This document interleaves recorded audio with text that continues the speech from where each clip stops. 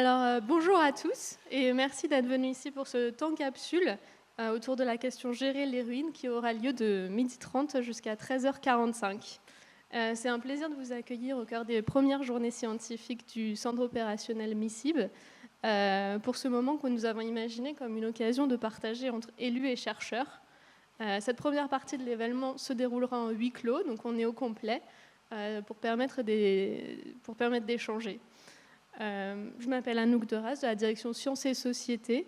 C'est un service support de l'Université Lyon 2 qui vient en soutien aux chercheurs, entre autres, pour partager leurs recherches en dehors de l'université. L'événement d'aujourd'hui est soutenu par le projet européen Engage Green qui vise à renforcer les connaissances, les aptitudes et les compétences des chercheurs en matière d'engagement politique sur des thématiques telles que l'environnement, la lutte contre le changement climatique et la transition numérique. La première partie de cet échange se fera en huis clos avec les 4 intervenants ici présents. Et ensuite, il y aura une restitution de 14h à 15h grâce à nos 2 collègues, M. Pierre Housset et Constance Ruiz. Alors maintenant, je vais vous présenter les intervenants. Professeur Elena Bianca Bottea du laboratoire LADEC, professeur en anthropologie. Professeur Rachel Linossier du laboratoire Triangle, maître de conférence en urbanisme. Agnès Touvenot, première adjointe au maire de Villeurbanne, déléguée à la transition écologique, à l'urbanisme et à l'habitat. Et Marc Curie, chargé de mission prospective et transition sociale de la ville de Villeurbanne. Voilà. On espère que vous passerez un bon moment et que ce temps capsule vous apportera des échanges constructifs.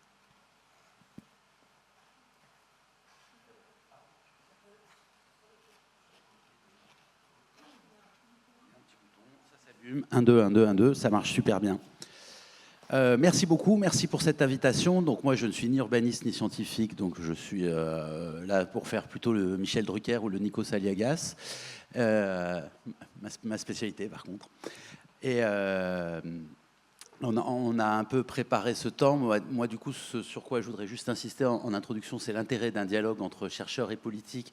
Je pense qu'il y a un intérêt pour la recherche, parce qu'une chimiste qui était en visite à l'hôtel de ville nous disait ça hier. C'est important de relier les savoirs aux conditions sociales de production, à leurs effets, à leurs conditions d'émergence, voilà, les batteries électriques et les terres rares, quoi, pour schématiser. Et puis pour les collectivités territoriales, c'est important parce qu'on mène des politiques publiques qui sont prises dans des pièges de mots, des pièges de dispositifs, des pièges d'habitudes, et qu'on a besoin, particulièrement quand c'est un petit peu compliqué, de sortir de ces pièges-là pour arriver à démonter le moteur, tout mettre sur la table et voir à quelles conditions on avance.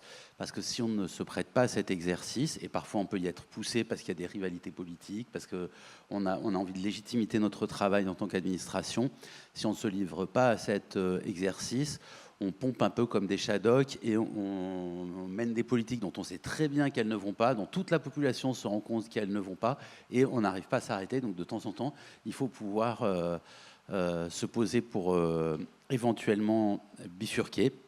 Et c'est peut-être vrai particulièrement en ce moment dans les politiques d'urbanisme, sans faire offense à ma première adjointe préférée, où les politiques d'urbanisme sont confrontées à la complexité de faire la ville sur la ville, ce qui pose plein de conditions économiques, réglementaires, d'acceptabilité, qui produisent des résultats qu'on peut en tout cas interroger, et on profite du huis clos pour s'autoriser une parole libre et non dangereuse. Donc Agnès, tu vas nous expliquer un peu en quoi et comment tu qualifies les choses. Mais on a failli rendre l'argent du renouvellement urbain sur le renouvellement urbain dans le quartier Saint-Jean. Et l'expérience de la ZAC Grand Clément te faisait réfléchir à l'abandon total de l'idée de ZAC. Donc si on se passe des outils, des dispositifs publics prévus pour transformer la ville parce qu'on n'y trouve pas notre compte, ça veut dire qu'il y a un trouble au moins. Et du coup, peut-être que dans un premier temps de discussion, l'enjeu c'est d'arriver à qualifier ce trouble, à déconstruire en quoi on est confronté à un problème, pour voir dans un deuxième temps comment on peut se mobiliser collectivement pour essayer d'avancer vers des solutions. Donc en quoi aujourd'hui on est troublé, par exemple, sur Saint-Jean et sur Grand Clément? Merci Marc, bonjour à toutes et à tous. Merci de ce temps un peu à huis clos, c'est intéressant comme exercice. Moi j'aurais peut-être 3 sujets un peu silos, puis un sujet transversal. Le premier, alors du coup je vais commencer par la transversalité, c'est en fait aujourd'hui les outils de la fabrique de la ville, globalement ils datent des 30 Glorieuses. Et à un moment donné où on a fait globalement table rase du passé pour construire la ville. On a construit sur les champs agricoles, on a rasé des pans entiers de morceaux de ville pour construire des nouveaux quartiers. Et cette dynamique-là, elle est encore à l'œuvre et elle est encore très sous-jacente au projet de renouvellement urbain où la condition des financements en rue, c'est de démolir une quantité importante de logements. C'est la question des ZAC. Aujourd'hui, les ZAC, elles sont constitutives. Consubstantiellement, en fait, on fait table rase et on a un périmètre de 5 hectares, 10 hectares, 15 hectares sur lequel on a fait tabula rasa et on fait un plan de composition qui parfois garde un arbre et une petite maison bourgeoise pour faire comme si. Mais globalement, on rase tout. Donc ça, c'est la question de la transversalité. Et aujourd'hui, voilà, comment est-ce qu'on renouvelle la ville sur elle-même en prenant en compte le déjà là. Alors le déjà là, c'est l'histoire qui a eu lieu, les femmes et les hommes qui y ont habité, donc une question de mémoire vive et immatérielle. C'est bien sûr le patrimoine végétal, y compris de biodiversité, y compris celui qui s'est développé dans des friches qui sont restées comme ça, nues pendant 5, 10, 15 ans et que finalement on a eu des arbres qui ont poussé. Et nos projets urbains sont tellement longs qu'après on se dit « Ah ben on avait prévu de couper l'arbre, mais est-ce une bonne idée ?» Et on est incapable de revenir en arrière. Donc c'est la question du patrimoine, de la biodiversité, de la végétation. Et puis le troisième, qui est plus facile quand même, c'est la question... et encore qui est la question patrimoniale, bâtimentaire. En fait, on a des bâtiments qui peuvent être intéressants, qui ne sont pas inscrits, que l'ABF ne va pas considérer comme étant protégés, mais en même temps, on voit que c'est une histoire. Et une ville comme Villeurbanne, en fait, on n'a pas d'histoire, Villeurbanne, on n'a pas de bâtiments Renaissance, voilà, mais on a des gratte-ciel. Mais voilà, on a des usines, on a des petites maisonnettes des années 30, qui dit du passé ouvrier. Donc, voilà. Et du coup, rapidement pour les 3 sujets qui sont un peu en silo et sur lesquels justement aujourd'hui on bute et en fait on ne sait pas faire, il y a prix, pollution et densité. Tiens, il faudrait que je fasse un 3P là, PPP. Enfin, on va se réfléchir à comment est-ce qu'on pourrait faire. Non, mais la question du prix, aujourd'hui, en fait, notre modèle économique de la ville, il est bâti sur la production, quoi. Et nous, là, aujourd'hui, on est complètement, et en particulier la métropole, mais voilà, on est complètement étranglé. Il n'y a plus de droit de mutation parce qu'on ne construit plus. Du coup, on devient complètement pauvre. Hein, et il va falloir qu'on baisse nos budgets, sans compter ce que l'État vient nous ponctionner. Mais au-delà de ça, c'est quand même aujourd'hui, et on voit bien que le prix, c'est la question du prix du foncier. Donc aujourd'hui, à Villeurbanne, on est entre 1 400 et 1 600 euros de charges foncières pour le logement libre. Donc ça veut dire, à l'issue, là, une fois qu'on a fait toute la chaîne de construction, on est autour de 6 000, 6 200 euros du mètre carré. Et là, même, j'ai un promoteur qui me dit, je lui dis, vous allez vendre à combien? Il me dit, 6 000, avec un immense sourire, 6 008. Ah ben, en fait, il ne va pas vendre. Et en fait, c'est catastrophique. Donc la question du prix, c'est la question aussi de l'acceptabilité sociale, parce qu'en fait, on ne vient plus construire pour les gens qui habitent Villeurbanne. Alors bien sûr, on s'ouvre à tous les gens qui veulent venir habiter à Villeurbanne, mais ça veut dire quand même que les gens qui ont grandi, des cohabitations, c'est bien que les solidarités intrafamiliales, elles sont quand même très importantes pour rendre la vie un peu plus simple. Quand on a des jeunes enfants, qu'on a une grand-mère pour les faire garder de temps en temps, c'est quand même bien plus simple. Enfin, il y a ce qui rend la vie facile. Voilà. Donc on a cette question du prix et aujourd'hui, dernier chiffre, c'est une étude de Yann Mio qui est chercheur à Gustave Eiffel. Il a fait une étude sur tous les permis de construire entre 2018 et 2023. En fait, aujourd'hui, pour acheter un T4, il faut appartenir au 8e décile de revenus de la population. Voilà, hein, c'est personne à Villeurbanne. Oui, pour acheter à Villeurbanne. Donc, c'est personne. Le deuxième sujet, prix pollution. Le deuxième sujet, c'est la pollution. Pollution, toute la question des coûts environnementaux, c'est comment est-ce qu'on les intègre dans la fabrique de la ville, et qu'aujourd'hui, en fait, ça devient, c'est considéré comme des charges supplémentaires, mais on sait bien que les bénéfices écosystémiques, en fait, ils vont bénéficier à bien plus grand que simplement le pétitionnaire qui porte le permis de construire. Et donc, en fait, c'est comment la chaîne de la biodiversité, de la question de l'eau, quand on sait que si on a bien désimperméabilisé la parcelle, les jours de grande pluie, on a un peu moins de risque que la cave soit inondée. Donc c'est toute la question des assurances qui ne vont pas venir rembourser. Donc voilà, donc cette question environnementale, comment est-ce qu'on l'approche de manière beaucoup plus systémique à la fabrique de la ville, et y compris dans sa dimension financière. Et le troisième point, c'est la question d'un urbanisme favorable à la santé, de la question de la densité, la question de l'horizon. Aujourd'hui, il y a des débats sans fin, et moi, je suis hyper en colère quand les promotes... Pardon, je suis dans les promoteurs. Alors, ils viennent me voir et ils me disent bah oui, mais pourquoi vous voulez pas construire plus haut à Villeurbanne? Vous pouvez construire plus haut, vous allez dégager de la pleine terre. Et en fait, tout le monde se ment sur ce sujet-là. Parce que construire plus haut, à partir de R+7, R+8, en fait, ça coûte plus cher en coût de construction et en coût de gestion. Derrière, on va avoir des ascenseurs, il va falloir 2 cages d'ascenseurs. Donc en fait, le différentiel, il va pas être très important, mais le promoteur, quelque part, il s'en fiche. C'est pas lui qui va y habiter, c'est pas lui qui va payer les charges de copro. Voilà. Et puis là, par exemple, à Villeurbanne, on a des rues qui sont étroites, ce qu'on n'a pas eu Haussmann qui est arrivé. Donc en fait, on a que le cours Émile Zola et le cours Tolstoï, qui sont des grandes traversées est-ouest. Mais toutes les nord-sud, qui sont une grande partie du maillage viaire de Villeurbanne, en fait, c'était les chemins agricoles, qui ont été les chemins pour desservir les usines. Et donc quand on est à 12 mètres ou 14 mètres, en fait, on ne peut pas construire à R+8, 10, parce qu'en fait, on donne chez son voisin. Parce que bien sûr, on a beaucoup construit dans le cœur d'îlot. Donc voilà, donc ça, c'est quoi les outils? Et aujourd'hui, moi, sur la question de la recherche, c'est comment est-ce qu'on dialogue ensemble, comment on a des modélisations d'accompagnement, je disais le travail de Yann Mio, voilà, économistes qui nous disent, en fait, qui viennent conforter les intuitions politiques qu'on peut avoir en disant, en fait, on ne construit plus pour les gens d'aujourd'hui. Moi, tant que je le disais en fait aux promoteurs, mais maintenant que je donne ces chiffres-là devant la promotion immobilière, je peux vous dire que ça change. Moi, je suis prise au sérieux quand je le dis.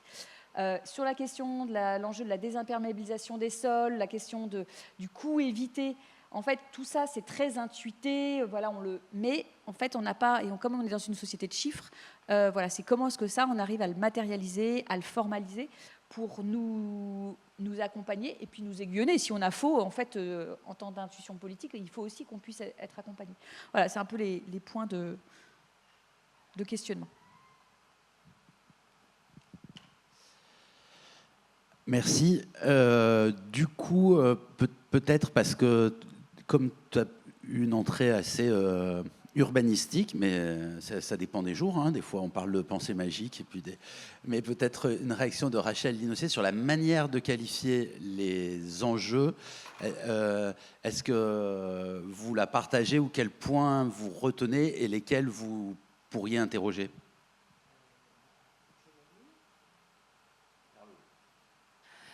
Oui, donc merci de m'avoir invité à discuter avec vous.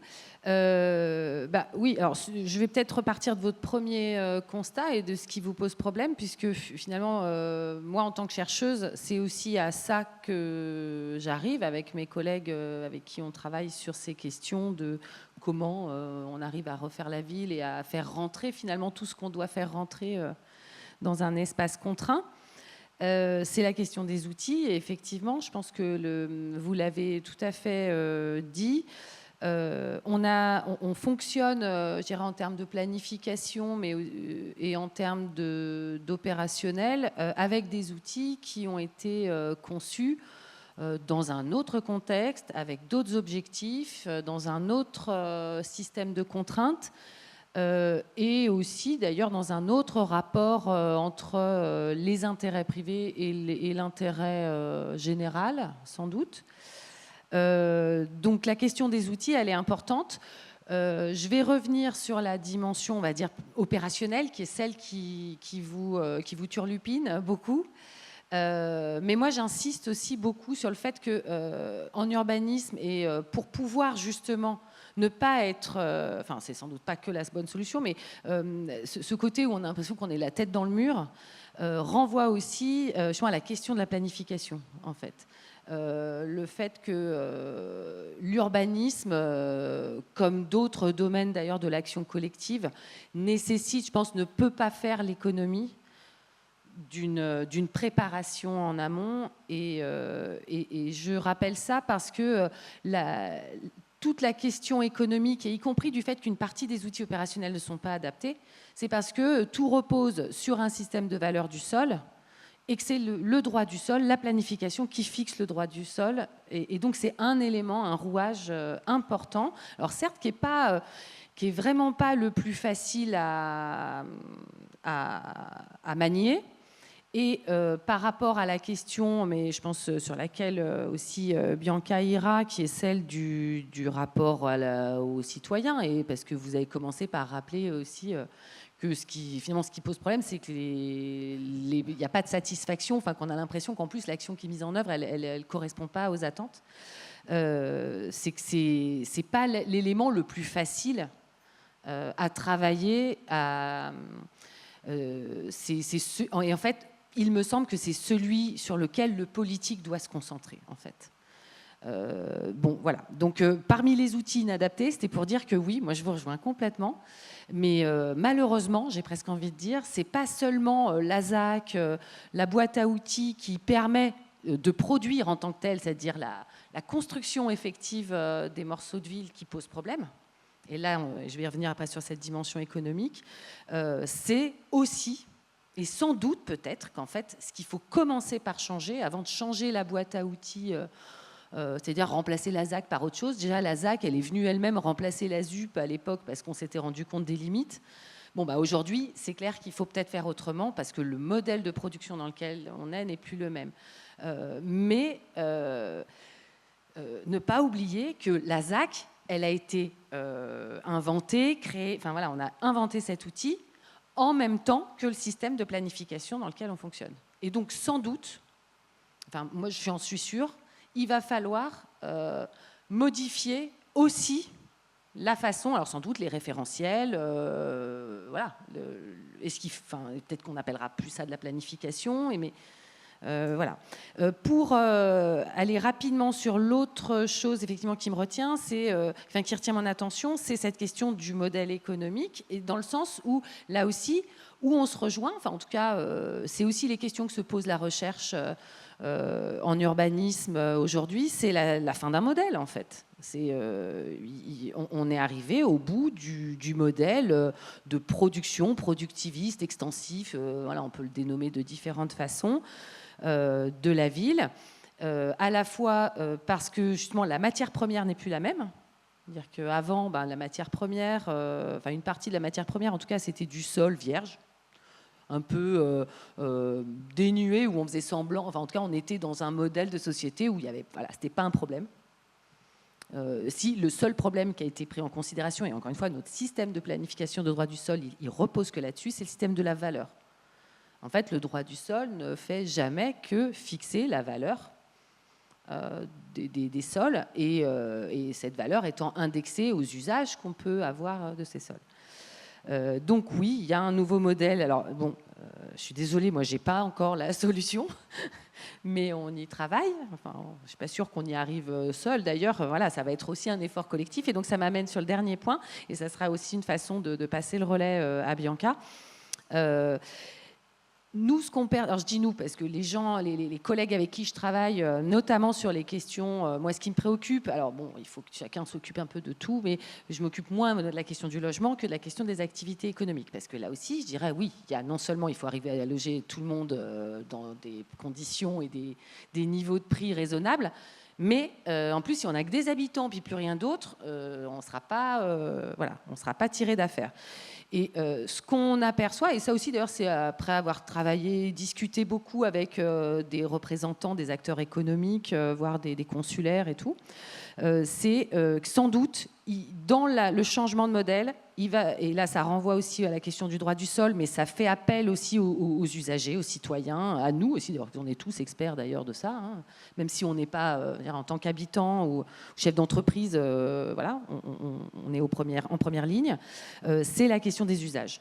Et qu'en fait, jusqu'à présent, la valeur et le système de planification, il a été, et donc tous les outils opérationnels qui en découlent, ils n'ont été que pensés, et c'était déjà pas mal, mais par rapport à la question de la valorisation, de l'équilibre financier en économie de marché, etc.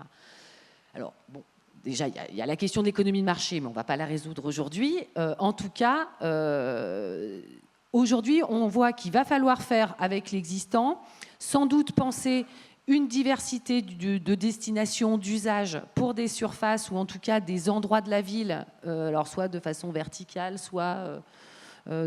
voilà, il y a aussi à inventer en termes de forme comment combiner tout ça, mais que la variable peut-être qui doit être prise en considération pour repenser les modèles, pour repenser la planification, pour repenser les outils opérationnels, c'est celle de l'usage. Et je dirais au niveau opérationnel, on a déjà quelque chose qui fonctionne plutôt pas mal, c'est l'urbanisme transitoire. Enfin, moi souvent je dis, c'est pas tant l'urbanisme transitoire, c'est le système de l'occupation temporaire, en fait. Ce qui n'est pas tout à fait la même chose, mais voilà.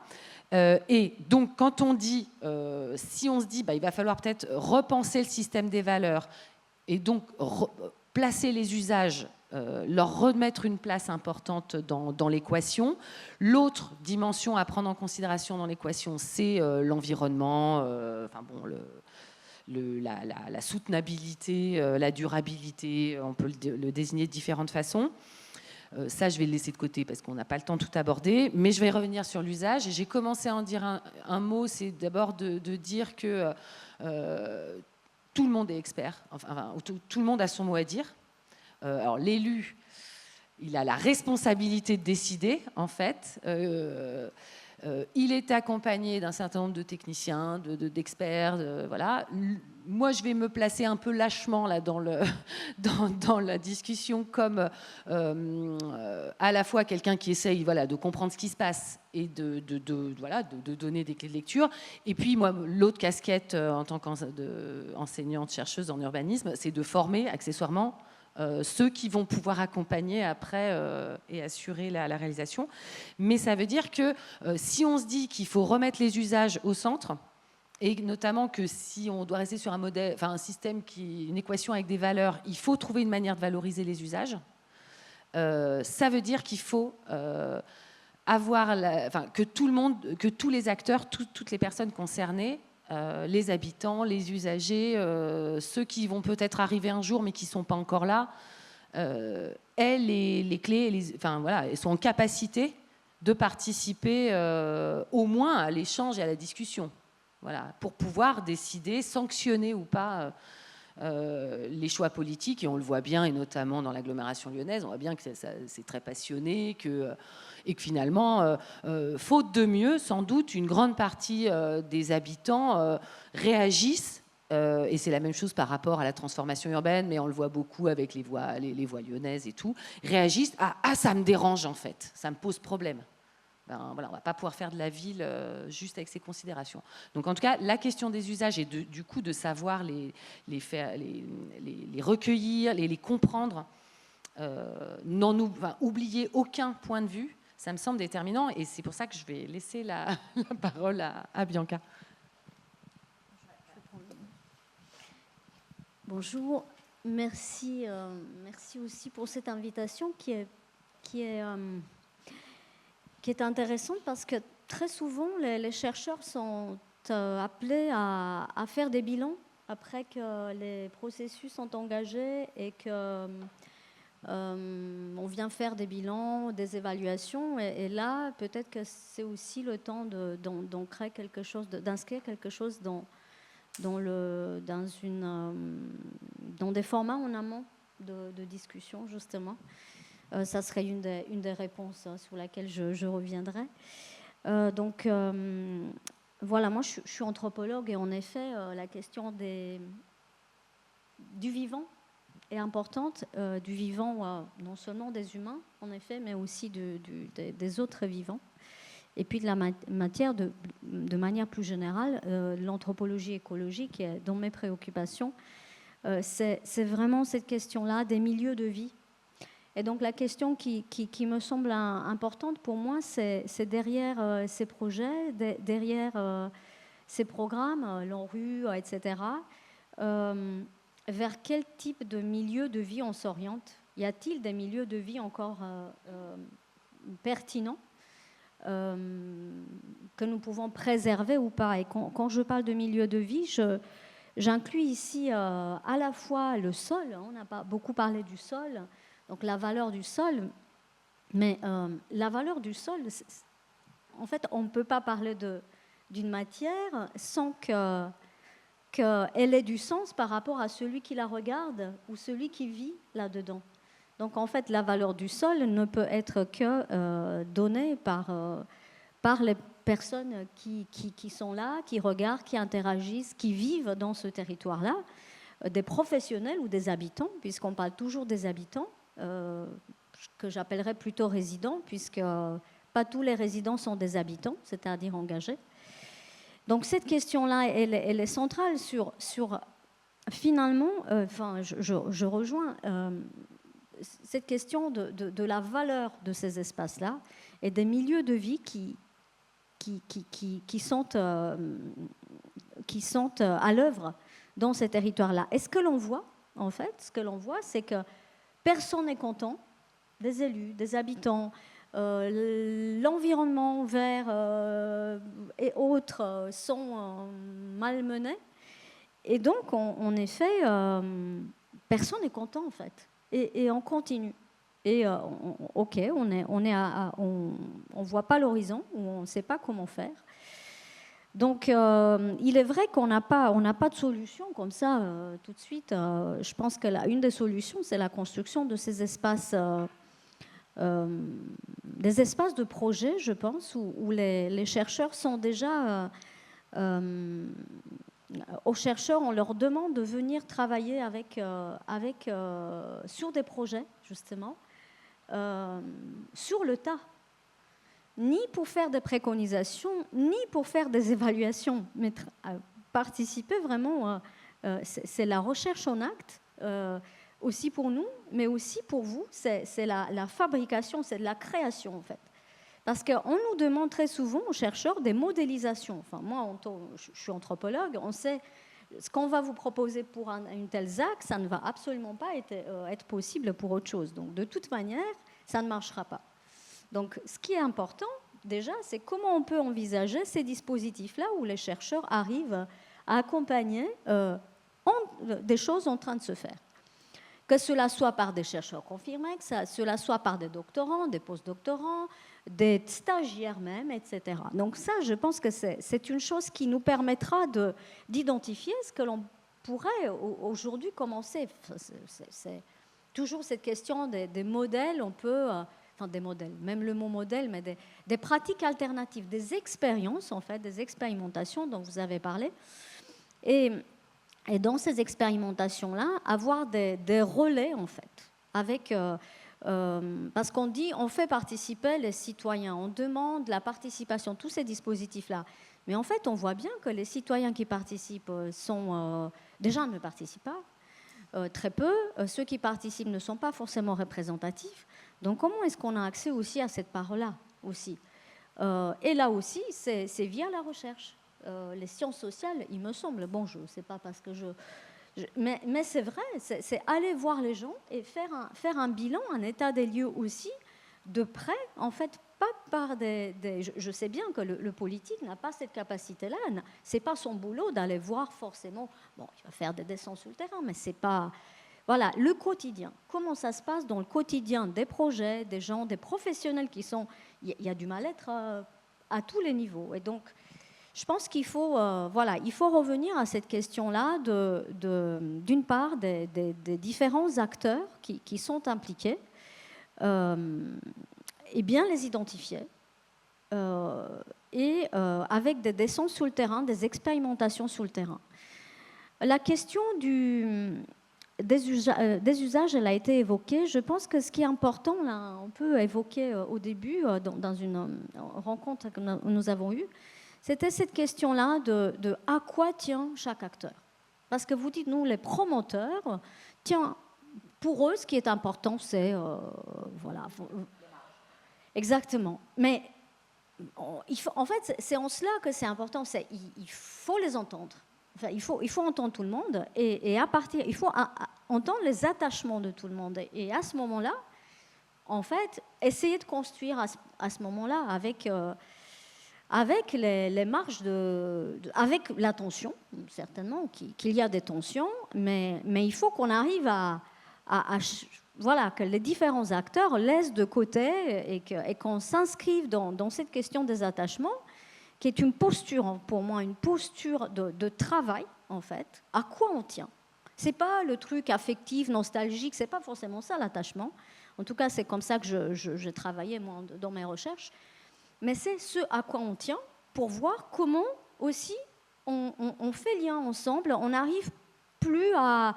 on se déconnecte, parce que finalement c'est ça, c'est la fin d'une ville. Quand il n'y a que le sol qui compte, il n'y a plus, comme aux États-Unis, il n'y a plus de rue, il n'y a plus de gens dans la rue, c'est la fin de la ville, on sait bien. Voilà, donc en plus c'est la fin de toute cette question de biodiversité. Donc voilà, c'est ces scènes-là aussi multiples, et quand je dis...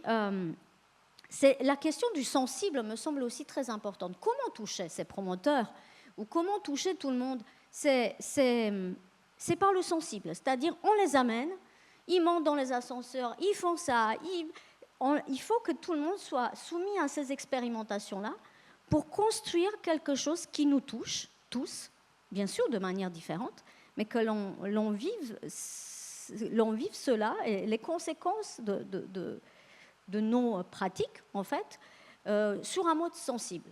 Marcher ensemble, voilà, toutes ces choses-là, qui sont déjà des dispositifs qui existent depuis au moins en France les années 70, toutes ces approches-là qui aujourd'hui sont très à la mode, mais ça aussi, il faut voir comment on les pratique. Bon, il y a peut-être un tour de table, je ne vais pas insister sur d'autres éléments, je laisse la parole. Très bien. Moi, j'entends à travers ce que vous dites toutes les deux une invitation à la vigilance, parce qu'on a tendance à se focaliser par l'opérationnel sur des points de névralgie, les dispositifs, et qu'on risque de perdre de vue soit les superstructures économiques qui vont déterminer, c'est un vocabulaire que vous avez appris petite, c'est peut-être superstructure économique. En tout cas, voilà, les inputs, on dirait de manière plus moderne, économique, qui vont déterminer ces points de névralgie, et notamment autour de la question foncière. Un point de vigilance sur aussi les indicateurs qu'on se donne pour mesurer l'action. Florence Giannicatrice, qu'on adore tous les deux, disait on ne compte que ce qui compte, et on rate finalement tout ce qu'on ne compte pas, et qu'on a peut-être un enjeu important de requalification de nos indicateurs et une vigilance à avoir, et puis aussi dans ces obsessions et la difficulté à faire aboutir un projet à travers un système de contraintes. Finalement, la place des personnes et des attachements et des intérêts des différents acteurs et la considération à laquelle vous nous invitez, ça fait penser à Vinciane Després et la logique de politesse, un peu comment on fait des politiques publiques qui seraient polies à l'égard de l'ensemble des interlocuteurs. Et finalement, face à la difficulté, est-ce qu'on n'a pas peut-être une tendance à se raidir et à perdre en considération et en politesse? Donc moi, j'entends dans cette phase de déconstruction des problèmes, ces invitations à la vigilance, mais ce n'est pas moi qui suis élu. Qu'est-ce que tu entends, toi? Qu'est-ce que j'entends? J'entends beaucoup de choses. Déjà, la question du compagnonnage avec la recherche universitaire, il me semble qu'elle est vraiment hyper nécessaire et qu'il y a une forme un peu de dialogue. Moi, avant d'être élue, j'étais journaliste. Et j'ai toujours, je grandis dans une famille où l'universitaire est très présente, et donc j'ai toujours été interrogée des universitaires. Et à chaque fois, en fait, en tant que journaliste, ils ne voulaient pas me répondre. En fait, j'ai eu des fins de non-recevoir, mis à part quelques grands pontes qu'on voyait toujours, tout le temps, tous les mêmes. Et en fait, notamment les doctorants... en fait, ils n'avaient pas accès, on n'avait pas accès à eux parce que ils s'auto-censuraient, parce qu'ils disaient qu'ils n'étaient pas légitimes, en particulier les femmes. Et puis, voilà, on est dans un temps long de la recherche, et vous, le journaliste, vous voulez un truc, voilà. Alors, avec le politique, elle est un peu moins, mais quand même, c'est assez présent. Voilà, on dit, ouais, mais en fait, c'est beaucoup plus compliqué. Moi, par exemple, je travaille en ce moment sur la question Alors, j'essaye de faire un peu de recherche en tant qu'élue, mais bon, je ne suis pas légitime pour faire de la recherche, ça j'ai bien compris, parce que j'ai eu des discussions avec des chercheurs, mais je voulais... en fait, je travaille par exemple sur l'intégration normative du droit de l'environnement dans le droit de l'urbanisme. Concrètement, aujourd'hui, comment est-ce que quand je délivre un permis de construire qui s'appuie sur le droit de l'urbanisme, le code de l'urbanisme, en fait, je peux mettre dans mon permis de construire des éléments qui relèvent des enjeux climatiques. Alors voilà, je suis en train d'essayer d'inventer une servitude de prévoyance climatique. Bon, bref, je réfléchis. Bon, ça, j'aimerais bien avoir une espèce de confrontation universitaire en me disant... Ah, c'est une bonne piste, et puis comment est-ce qu'après on l'apporte au législateur? Parce que bon, moi c'est sympa, mais si en fait ma servitude de prévoyance climatique, elle n'existe pas, et que la métropole de Lyon, la direction de la planification urbaine me dit « Ah non, mais en fait ça marche pas, on va jamais y arriver », en fait l'idée elle est peut-être bonne, mais bon, finalement elle va rester dans mon tiroir, et voilà. Et ça...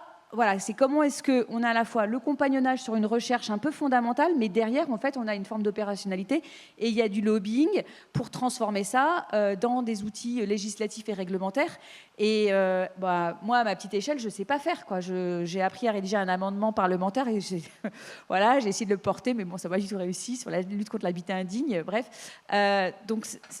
voilà, il y a cette question de compagnonnage à la fois intellectuel, parce que moi je pense beaucoup qu'il faut croiser l'anthropo, la philo, la question du... Voilà, c'est fondamental pour que le politique, on continue à penser, parce qu'il faut qu'on pense, et en même temps des trucs très opérationnels pour que la direction de la planif à la métropole, elle dise « Ah ouais, super, on s'en saisit, on loue... » Voilà. Donc ça, c'est le premier point. Et je l'ai un peu dit, la question du sensible...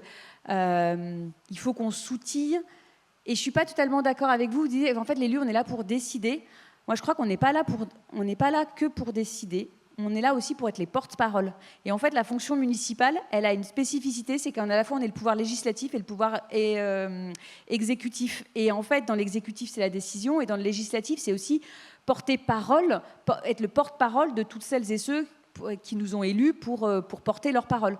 Et donc c'est cet aller-retour entre une fonction de porte-parole et du coup la question vraiment du sensible, comment est-ce qu'on la structure, comment est-ce que et y compris dans des relectures de pratiques professionnelles d'élus, voilà, parce que bref, au bout d'un moment on est professionnel quand on est élu. En fait, on a cette relecture là de voilà, moi je trouve qu'en termes de psychologie sociale, aujourd'hui, en tant qu'élu, on est parfois un peu seul, et on n'est pas forcément... alors soit on a dans nos équipes des gens avec lesquels on est suffisamment proche, par exemple mon voisin de gauche, avec qui on peut discuter et dire voilà, je m'interroge sur ma posture d'élu, de pratique professionnelle.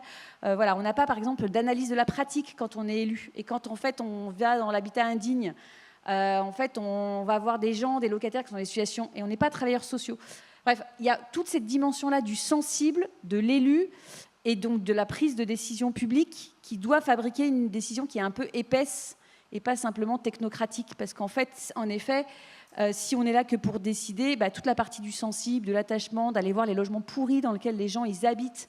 En fait, moi, j'ai la chance de ne pas être dans un logement pourri, et puis je suis propriétaire et je suis pas locataire, donc en fait il y a toute une situation sociale que je vis pas, voilà. Et ça, c'est vrai, les services sont là pour nous accompagner, mais la question de la recueil de la parole un peu sensible, de l'attachement, moi je trouve que ça c'est un enjeu vraiment très fort. En tout cas pour moi c'est un enjeu super fort, et qui fait que j'essaye de pas m'assécher, parce que sinon la technique elle nous dit c'est pas possible, on l'a déjà fait, on a déjà essayé, ça n'a pas marché. Et donc, en fait, on est on est un peu en combat par rapport. Moi, je le dis, mais voilà, par rapport. Alors que les techniciens des collectivités, ils sont super. C'est pas du tout du dénigrement vis-à-vis des fonctionnaires, mais en fait, il y a une forme de. Ils sont sur le droit. Eux, ils vont rester. Nous, on est là pour 6 ans, peut-être 12 si on est réélu, mais voilà. Et c'est bon. Il y a ça, ce rapport au temps, ce rapport au sensible. Puis c'est nous qui allons voir les habitants, c'est nous qui sommes en réunion publique, et on se prend des. Voilà. Donc, du coup, c'est ça que je me dis que ça peut être des espaces aussi de discussion. Déjà, merci pour ta franchise et puis pour tes petites marques d'amitié. Et peut-être pour aller dans l'autre sens et repartir de Bianca, on commence, nous, à essayer de travailler, notamment dans le cadre d'une convention avec Lyon 2 qui doit être signée très prochainement, à impliquer des groupes d'étudiants un peu sous la forme des extensions universitaires brésiliennes. On essaye de multiplier les dialogues avec la recherche et de faire de Villeurbanne un grand terrain de recherche scientifique. Pour l'instant, on va dire qu'on est au début du chemin et la question de l'intégration de ces dynamiques-là dans la fabrique de la politique publique, pour l'instant, on n'y est pas. Et peut-être à partir de votre expérience à la Duchère, vous avez beaucoup travaillé, qui devait être l'étendard du renouvellement urbain réussi. Gérard Collomb, qui avait été maire du 9e, avait mis beaucoup d'importance là-dessus. Qu'est-ce que vous identifiez comme réussite et échec ou point d'appui qui pourrait nous aider maintenant à avancer et à mieux impliquer ces paroles, mieux reconnaître ses attachements dans la fabrique de la ville? Juste avant de répondre, je voulais aussi dire que la question d'impliquer les chercheurs, c'est aussi, en tant qu'élu, vous pouvez avoir un regard de chercheur, en fait. Nous, ce que l'on essaye de faire à l'université, c'est justement produire ou former des jeunes pour qu'ils prennent des places comme la vôtre, comme des places dans la production de la ville, avec un regard de sciences sociales. C'est-à-dire qu'on peut ne pas être chercheur, mais avoir ce regard-là, et j'ai l'impression qu'il y a des compétences que vous avez. Après, on n'est pas en effet sur des missions de recherche, et de ça, en effet, vous avez parlé sur ce qui se met en place, ces nouvelles conventions, ces nouvelles... Et ce que je voulais dire aussi, c'est que Villeurbanne est quand même un terrain, on peut pionnier sur quand même... il y a ce sont des espaces où ces expérimentations sont importantes, en fait. Et que ces démarches sensibles dont vous parlez, elles ne sont pas partout présentes. Donc là, ça, il faudrait... c'est aussi pour ça qu'il y a beaucoup de choses qui n'avancent pas, parce que pas tout le monde avance sur cette expérimentation-là, et qu'il n'y a pas une coordination de ces paroles-là qui arrivent fort pour porter des discours plus... il me semble. Concernant l'expérience de la Duchère, moi j'étais sur ces terrains-là au début du projet. Donc c'était à partir au début, j'étais à partir de 2007 et j'ai quitté assez rapidement vers 2015. Donc j'ai suivi la première étape du projet qui était la période la plus difficile, avec énormément de contestations, avec les premières barres qui étaient grignotées, avec les démolitions de la barre des Milles. Donc c'était très compliqué. Ça a été très compliqué. Mon expérience de recherche a été une expérience très violente, puisque c'est vrai qu'à l'époque, la manière dans laquelle j'ai restitué ce travail a été de montrer ce que donne à voir l'expérience des personnes. Et ça a été très compliqué. Donc, porter ce discours-là, finalement, moi, en tant que chercheur, on est là pour en fait écouter tout le monde et restituer. Et au moment de la restitution, justement, des différentes paroles, la parole du chercheur a été profondément contestée. Donc ça a été vraiment très compliqué. C'était le début aussi de ces mises en place. C'était l'ANRU, en effet, avec énormément d'ambition à la Duchère. Donc, de mon point de vue du chercheur, ça a été une expérimentation, une expérience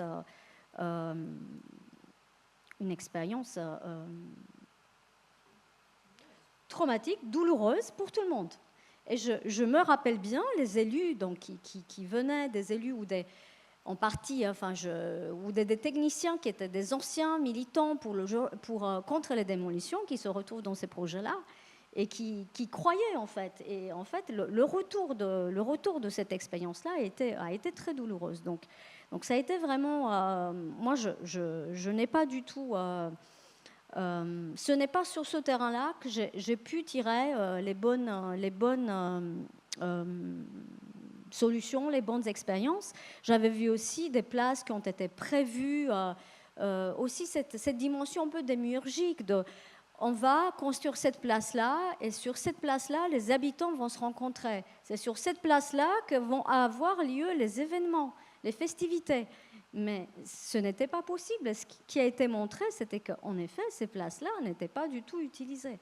Donc, voilà, toutes ces choses-là n'ont pas du tout pu avec les dévastations, après les graffitis, les dévastations, les nouveaux immeubles qui ont été touchés, les mixités sociales qui n'ont pas pu marcher. Donc en fait, moi, de mon point de vue, c'est pas là où j'ai tiré le plus d'expériences positives. Là où j'ai pu observer des choses assez intéressantes sur un autre terrain, j'ai travaillé en Roumanie sur des territoires de crise économique, des territoires qui ont connu la faillite locale des industries locales et qui sont devenus des modèles de réussite. Et donc, ce que j'ai pu observer dans ce cas-là, c'était qu'à l'initiative des maires, en effet très impliqués et très proches des populations et qui ont réussi à faire un travail de réseau assez impressionnant, ils ont impliqué les promoteurs, les investisseurs. En fait, c'était les investisseurs. C'était une manière de produire de la valeur de la ville en impliquant les investisseurs, en fait, qui justement, sur cette question des pratiques culturelles, mais culturelles dans le sens de les intéresser pour venir donner de l'argent, en fait. Il y avait un apport énorme du point de vue financier qui a été inséré par la suite dans des opérations sociales, en fait. Donc, ce sont des investisseurs qui ont financé la culture et le social. Et donc, c'était tout un travail qui a été fait par la mairie, par des réseaux, justement, moi, c'est vrai que j'avais participé en amont à ces projets-là, en amont, tout au long de ces projets-là, à ces comités de travail. Et ça a pu marcher parce que, justement, là où il y avait besoin de l'argent, on a su faire venir les investisseurs pour les impliquer. Et il y avait une dimension sociale extrêmement forte. Parce que ce qui est toujours problématique, comme vous dites ici, ce qui a été dit, c'est qu'à un moment donné, on n'a plus de public, ou on a un public hyper restreint. Donc la question qui est importante, c'est à qui on s'adresse avec ces projets-là. Et comment on peut s'adresser comment on peut garder l'esprit, on travaille pour des résidents, comment, tout en ayant en tête cette question économique. Et je pense que là, c'est vers ce segment-là qu'il faut, en tout cas c'est comme ça que j'ai pu le voir sur le terrain de la Roumanie en tout cas. Voilà. Pour la Duchère, encore une fois, je n'ai pas suivi jusqu'au bout le projet pour voir aujourd'hui, mais ceux qui ont pu bénéficier de ces réhabilitations ont été évidemment contents. Mais c'est évidemment un tout petit segment. Voilà. Je sais pas si j'ai répondu. Ça donne des pistes en tout cas, et je trouve qu'il y a une dimension intéressante, c'est qu'on n'évalue pas les coûts de ce qu'on n'a pas fait ou de ce qu'on a mal fait, et que parfois on accepte des compromis sur les coûts du temps présent qui vont générer des coûts ultérieurs, et on voit, et les coûts c'est encore qu'un indicateur, et peut-être Rachel Linossier, on a senti dans vos interventions que la question des valeurs dans le double sens du terme était un peu au cœur, la fabrication, la modification de la valeur, de ce qu'on prend en compte et de qui paye quoi est un peu au cœur de la discussion. Et alors, la question est un peu ardue, mais si vous avez la réponse, ça nous arrangerait beaucoup. C'est quel chemin, qu'est-ce qu'on peut commencer à mettre en place pour essayer d'opérer une transformation de cette valeur et qu'on arrive à la mettre au travail quand on en a tous conscience? Oui, effectivement, c'est un petit peu compliqué, mais rappelez peut-être en contrepoint ou en complément aussi de ce qu'a pu dire Bianca sur la question de l'attachement. On avait eu effectivement cette discussion où moi je parlais d'intérêt. Alors effectivement, l'intérêt, tout de suite, ça fait un peu plus... il y a une dimension économique, stratégique, voilà. Mais donc ça se rejoint et c'est différentes manières d'aborder aussi, encore une fois, ce à quoi les différents acteurs attachent de l'importance, en fait, de ce que cette valeur. Alors après, elle va être monétarisée ou pas, mais il n'y a pas que cette dimension à prendre en considération. Après, la difficulté aussi, et donc là on l'a un peu moins abordé, mais ça fait partie des questionnements. C'est vrai que ce qui vient aussi compliquer l'équation, même si j'aime pas bien parler en ces termes-là, et je reviendrai sur la question du modèle aussi en fait, c'est que quelque part, au moment où on commençait à peu près à avoir intégré, même s'il y a plein de ratés, et ton expérience à la Duchère le montre très bien, il y a encore beaucoup de chemin à parcourir pour prendre en compte justement toutes les formes d'attachement, tous les intérêts en présence, le côté traumatique, traumatisant de voir un immeuble s'écrouler, même quand on n'y a pas habité d'ailleurs. Moi, je sais que quels que soient les modes de destruction, c'est quelque chose qui me bouleverse. Je ne sais pas pourquoi, en fait, parce que c'est peut-être parce que c'est aussi quelque chose de stable. Le décor, normalement, ça ne bouge pas. Et que, voilà, je referme la parenthèse. La dimension environnementale, je dirais la conscience que l'on commence à se constituer collectivement du fait que, également, il va falloir intégrer il faut non seulement arriver à satisfaire tout le monde, prendre en considération les attachements, les intérêts, les besoins, c'est pas un gros mot non plus, des différentes personnes et des différents acteurs, mais en plus en étant précautionneux, voire en faisant tout ce qu'on peut pour ne pas atteindre plus, voire contribuer à reconstituer justement nos milieux et nos milieux de vie, y compris climatiques, pédologiques et compagnie. Voilà, donc ça, c'est quand même important, il me semble, et qui rend du coup l'exercice difficile. Donc j'ai pas la solution, mais comme je l'ai dit tout à l'heure, il me semble que dans ce temps où on vit la fin d'un modèle et on est en train de chercher le prochain, peut-être aussi se dire que justement, maintenant qu'on a intégré qu'il n'y a pas un usage, il y a des usages, que les choses sont pas forcément, enfin rien ne nous oblige finalement à faire des choses définitives, pérennes, pour toujours, puisqu'on se rend compte que de toute manière, des fois ça change, et que finalement tous les 10, 20, 30, 50 ans, nos espaces de vie sont amenés à évoluer sur eux-mêmes. De vraiment s'approprier jusqu'au bout et au-delà du côté un peu justement et finalement le truc qui passe bien, quoi. J'évoquais l'urbanisme transitoire. C'est pour ça que je dis, en fait, derrière l'arbre, le baobab de l'urbanisme transitoire, il me semble qu'il ne faut pas louper en fait le petit signe d'espoir qui est celui de l'occupation temporaire et de tous ces systèmes qui consistent à justement dire, en fait, et ce que tu disais, pour qu'on sorte du truc, on va faire une place où les gens viendront, ils seront heureux d'y être. Vu qu'on ne le sait pas et qu'on ne peut pas le prévoir, peut-être faire en sorte de s'outiller de différentes manières pour continuer à aménager notre cadre de vie, à se créer des espaces où à peu près tout le monde peut vivre, habiter, circuler, travailler, etc., se divertir, mais en sortant aussi du schéma de Et ça sera comme ça et plus jamais autrement, et d'une forme de rigidité. Et moi, il me semble que dans cette limite de notre modèle, c'est aussi ça. C'est de se dire il y aura un usage et pas un autre, telle destination et rien d'autre, et que ça permettrait aussi d'ailleurs de sortir des fois de certains questionnements autour de est-ce qu'il faut faire très dense ou pas très dense, est-ce que ça doit être en vertical, en horizontal. Bon, en même temps, il faut bien mettre en œuvre des solutions, mais voilà.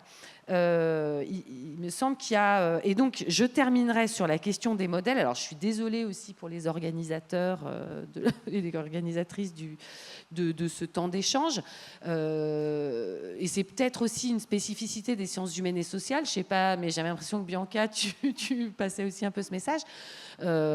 D'autant plus quand il est question de matière sociale et sociétale.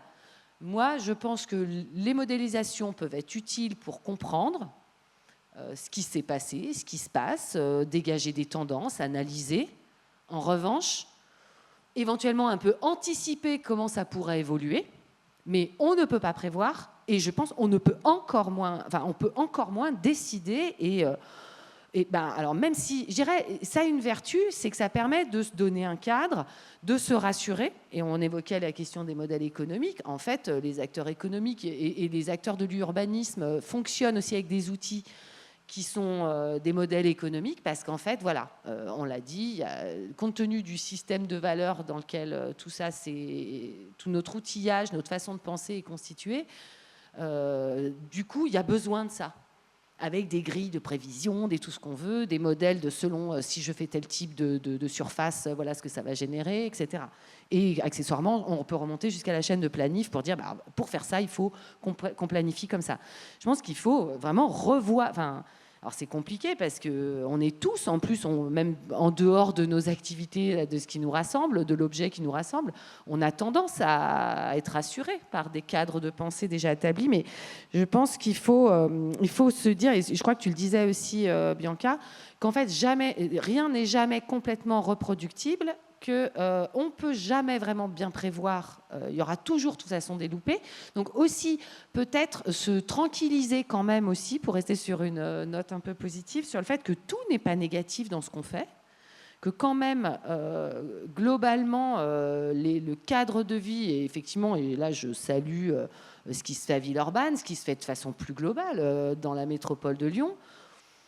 Voilà, donc il faut aussi sortir un moment, arriver à prendre la distance. Et je pense quand même que l'élu a sa part dans un moment, justement, d'arbitrer au sens de non mais voilà, on va se calmer et de toute façon il faut qu'on continue à avancer, donc oui, il va falloir qu'on fasse des choix et on le dit souvent, toutes les décisions peuvent être comprises si les gens qui en face ont un minimum de clés quand même pour pouvoir les comprendre et qu'on partage tous l'information. Quand on sait quels sont les champs de contraintes avec lesquels on doit composer, généralement on accepte mieux la contrainte. Donc voilà, donc c'était de dire que oui, c'est important de modéliser, mais attention, je ne suis pas convaincue qu'on va forcément aboutir sur un modèle définitif. Voilà. La question qu'il a posée ce matin, c'était autour de la notion de bricolage chez Lévi-Strauss. Et là, on était expérimentation, souplesse, réversibilité. Alors là, on est en plein dedans. Bravo Pierre d'avant. N'est-ce pas? Ouais, du coup, j'aime pas me répéter, donc je vais pas reprendre ça. J'ai déjà grillé une cartouche. Alors, bon, je vais essayer de me tenir à l'exercice de rapporteur. Après, la difficulté, c'est que forcément, tout ce que vous avez raconté, ça m'évoque beaucoup d'expériences voilà, par rapport à ce que j'ai pu suivre, travailler. Voilà, y compris la confrontation à la recherche et au retour habitant. Moi, mon terrain, c'était plutôt Mazagran, vers le garage Citroën, mais première génération. Là, le truc, voilà. C'était bien violent aussi. Non, alors, moi, j'ai trouvé ça... Alors, gérer les ruines. En fait, ce qui est assez rigolo, c'est que là, en fait, on est en train de gérer les ruines d'un modèle.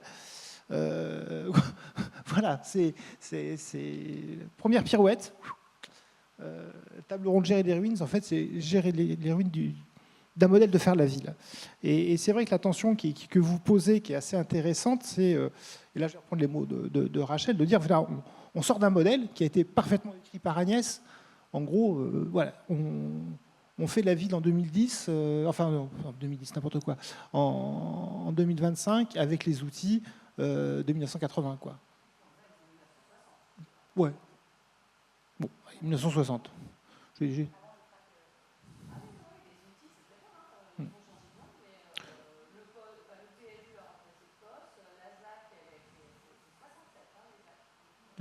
Ouais, 67. Ouais. Oui, non, mais c'est vrai. Après, bon, sur l'humanisme, elle est plus limitée. Mais bon, donc je retiens 1960. Donc on fait la ville aujourd'hui avec les outils de 1960 et des équations, plutôt que de parler de modèles, mais des modèles économiques qui sont des équations qui sont plus valables, puisque effectivement, la valeur économique ne recouvre pas les autres dimensions de valeur. Là, un économiste parlerait d'externalités positives et d'externalités négatives qui ne sont pas prises en cause dans l'équation. Et ça a été bien dit par Agnès, finalement, ou tout à l'heure, il me semble déjà ce matin, de dire, voilà, quand je fais un bâtiment vertueux, finalement, il y a une plus-value pour la collective qui n'est pas valorisée, et inversement, quand j'amène de la pollution pour les générations futures, ce n'est pas intégré dans ma rentabilité économique. Donc en fait, on a une équation qui est incomplète, qu'il faut repenser. Après, donc voilà, fin d'un modèle, ruine d'un modèle, on cherche le prochain. Donc refaire des équations économiques, refaire des équations politiques, peut-être aussi. Mais je mets dans politique peut-être autre chose que moi je mettrais dans politique refaire la police, refaire société en fait. Excuse-moi, il faut que je prenne des notes en même temps parce que j'improvise en même temps. Enfin, j'improvise pas, je lis mes notes et j'essaye de rebondir et de construire. Merci Agnès de prendre des notes sur mes notes qui feront le rapport du rapport.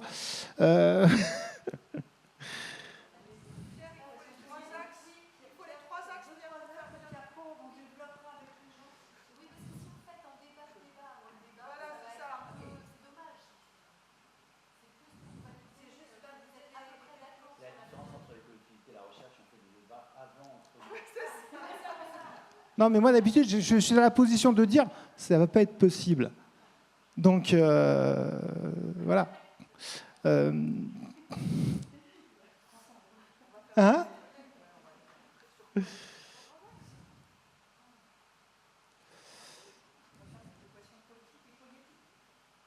Ouais.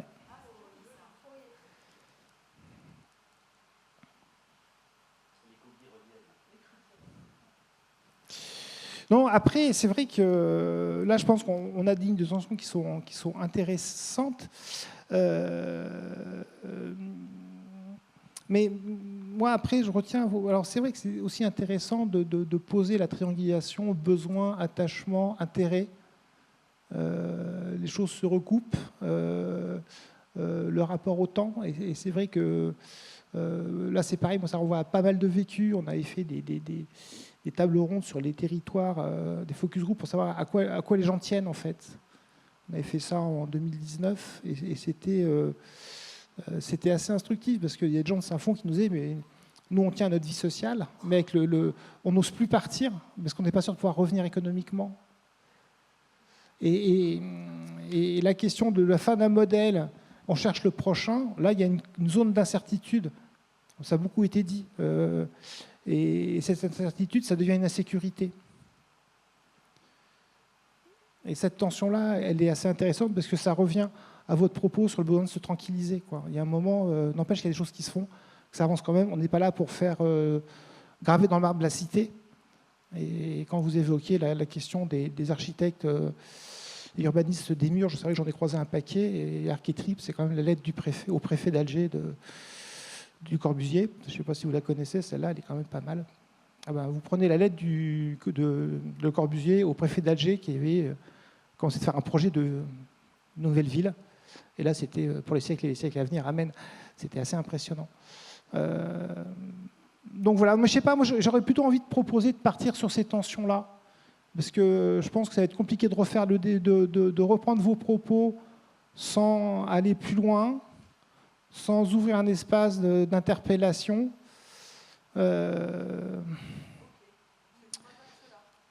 Pardon ?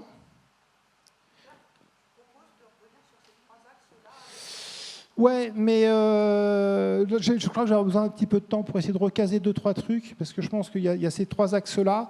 mais il faut quand même un petit peu les creuser. Et c'est vrai que sur refaire société, refaire police, effectivement, c'est là qu'il faut qu'on attaque cette dimension attachement, valeur, intérêt.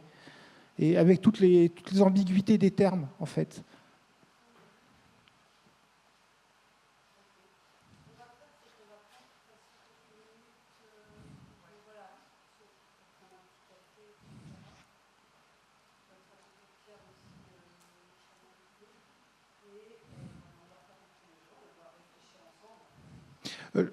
Oui, je voulais juste terminer. Je pense que l'ouverture possible,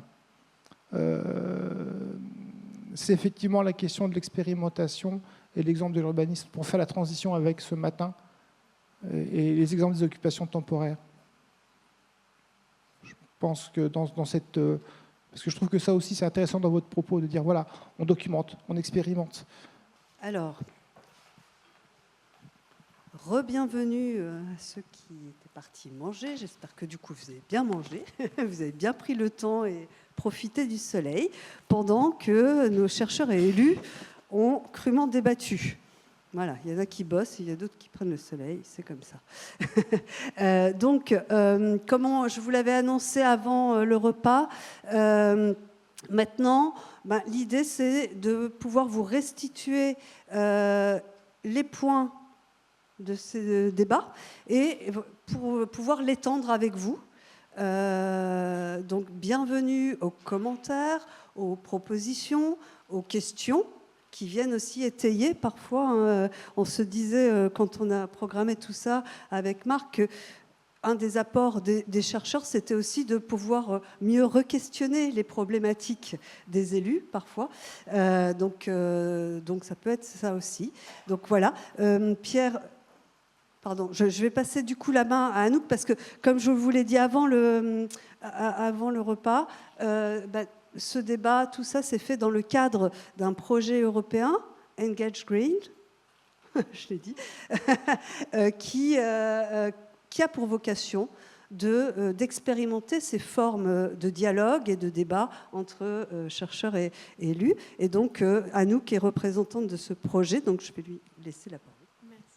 Merci Carole. Eh ben, je t'ai à peu près tout dit. On a imaginé ce moment un petit peu, c'est la première fois, et on voit qu'il y a de quoi faire, il y a de la matière.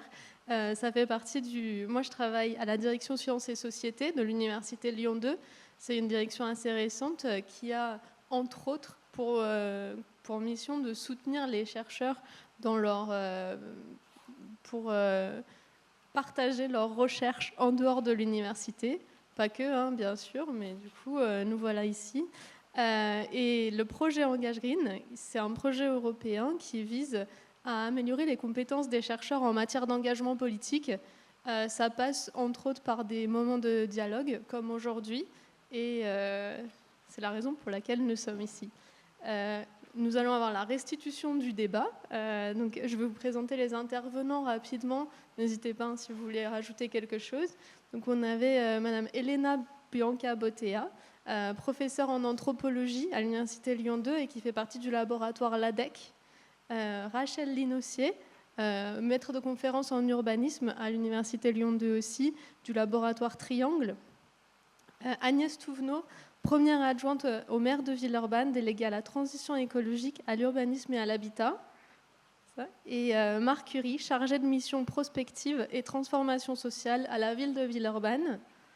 Enfin, Pierre Housset, directeur de la prospective et du dialogue public et à la métropole de Lyon. Voilà. Et enfin, on aura par la suite Constance Ruiz, anthropologue, ergonome et artiste, qui nous a fait une restitution graphique du débat qui a eu lieu tout à l'heure en huis clos, que vous voyez ici projeté, et qui pourra un petit peu nous dire quelques mots, si tu le souhaites, comme vous n'étiez pas là. Oui, oui, je me fais un petit bord de scène comme ça. Déjà merci à Carole, Valérie et Léonore de m'avoir invitée pour dessiner. Ça change et ça me fait super plaisir. C'est un exercice qui n'est pas simple parce que du coup je dessine en même temps que les échanges ont lieu. Donc Je pense que les dessins parlent d'eux-mêmes, puis après je vous laisse un peu libre des interprétations, mais l'idée c'est d'arriver à laisser mon cerveau faire apparaître des visuels en fonction des échanges, des discours, de chacun, chacune, des interactions qu'il peut y avoir.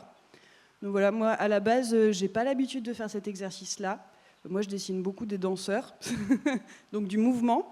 Là, on est sur un mouvement un peu plus restreint, mais sur un fort mouvement intellectuel. donc du coup, c'est hyper intéressant. Voilà. Après, je vous laisse profiter du reste.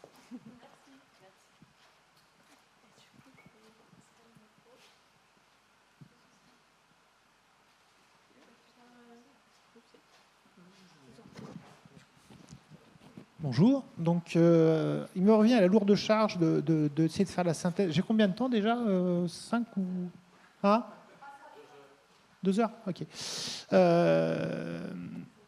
Donc, il me revient à la lourde tâche de rendre compte de façon synthétique du huis clos. Donc, il faut que je fasse attention parce que le principe du huis clos, c'est une liberté de parole. Donc, il ne faut pas qu'on puisse retrouver l'auteur des phrases extrêmement sensibles et de garder l'anonymat des 4 intervenants qui vous ont été présentés. Donc c'est vrai que c'était assez riche, assez dense. Donc je vais essayer d'aller un peu sur l'essentiel.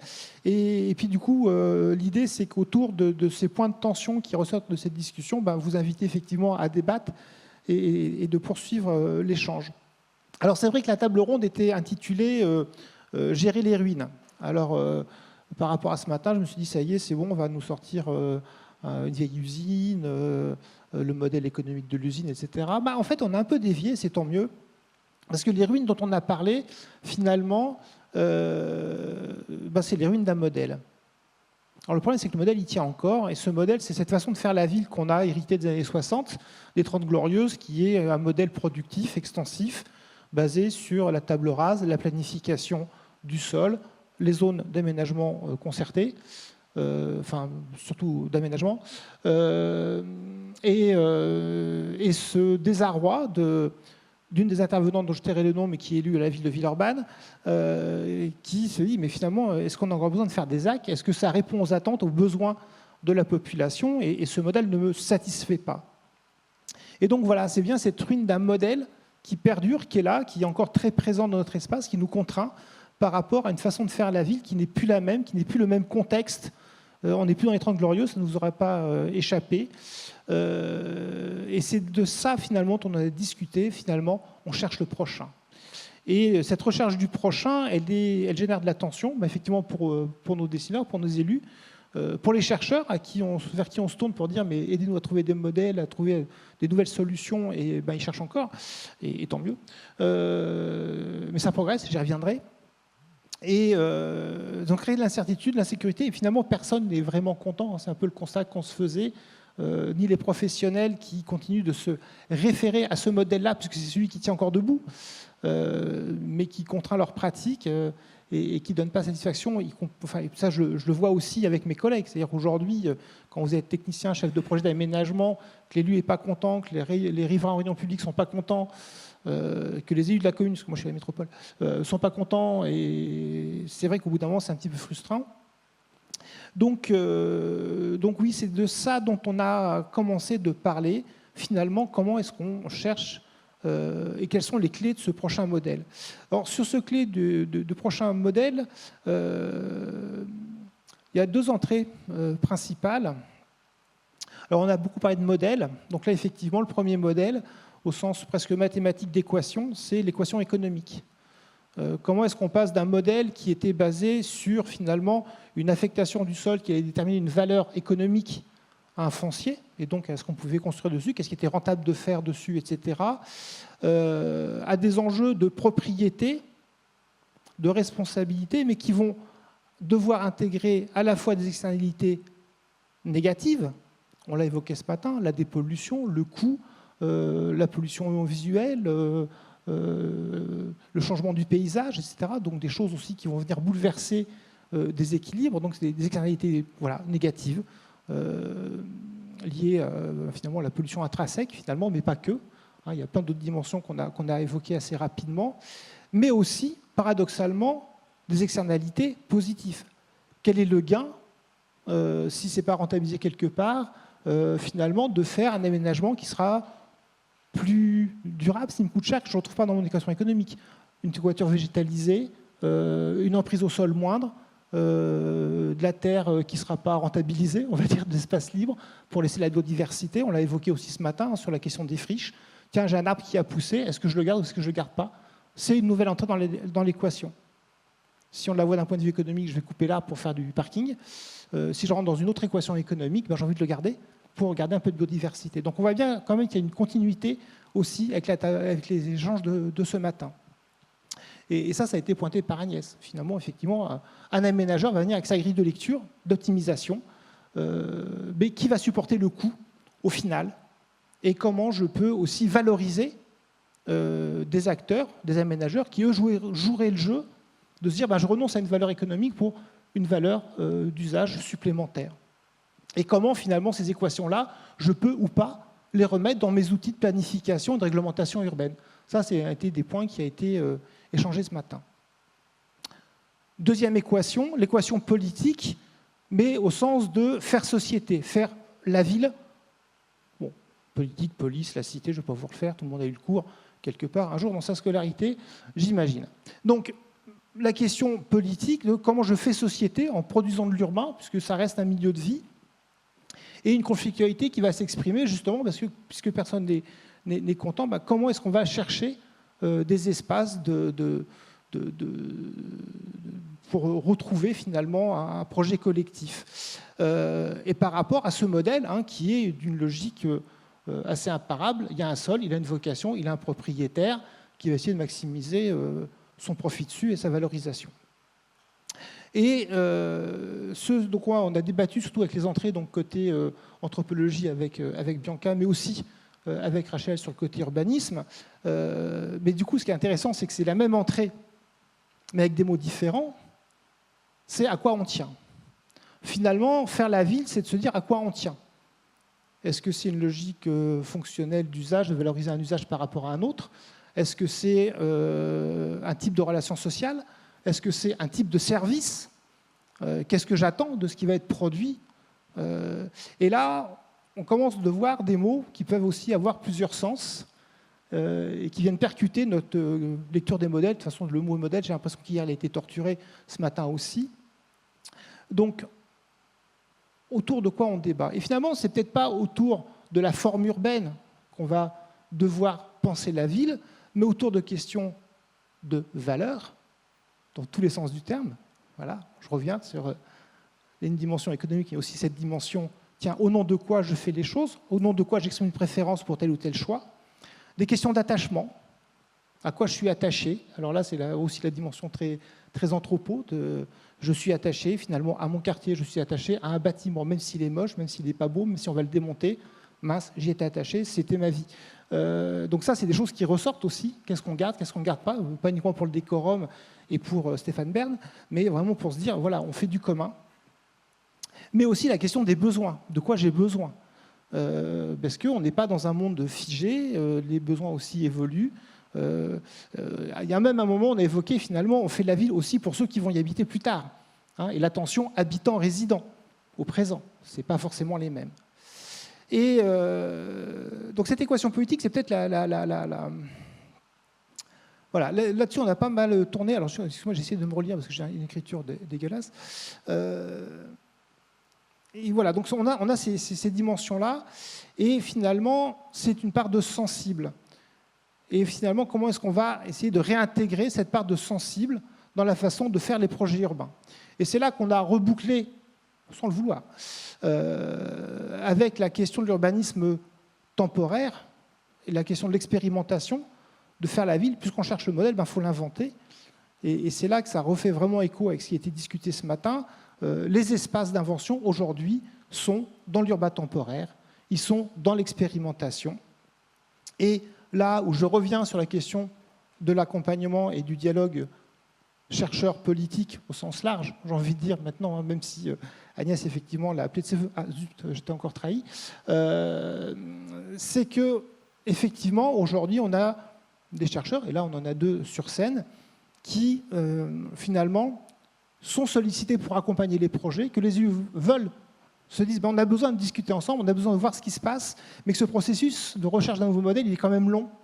Mais il progresse quand même. Et ce qu'on évoquait avec Bianca, c'est vrai que renseigner la conflictualité sur du Cher il y a 10 ans et puis revenir aujourd'hui, on continue d'apprendre. On revient à la question de méthode d'apprentissage qu'on évoquait ce matin. Effectivement, ça progresse. Mais voilà, on est dans cette recherche du nouveau modèle.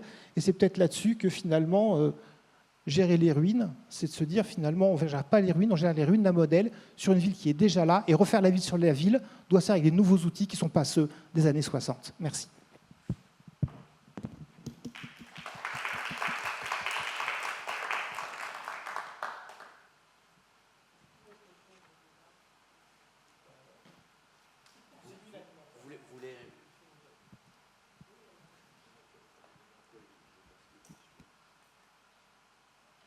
Ça marche. Vous souhaitez réagir ou on ouvre peut-être la parole d'abord à the audience, comme on dit dans les colloques internationaux. Je descends vers vous. Ah bon, on en a plusieurs. Raphaël, en tant que gestionnaire de ruines.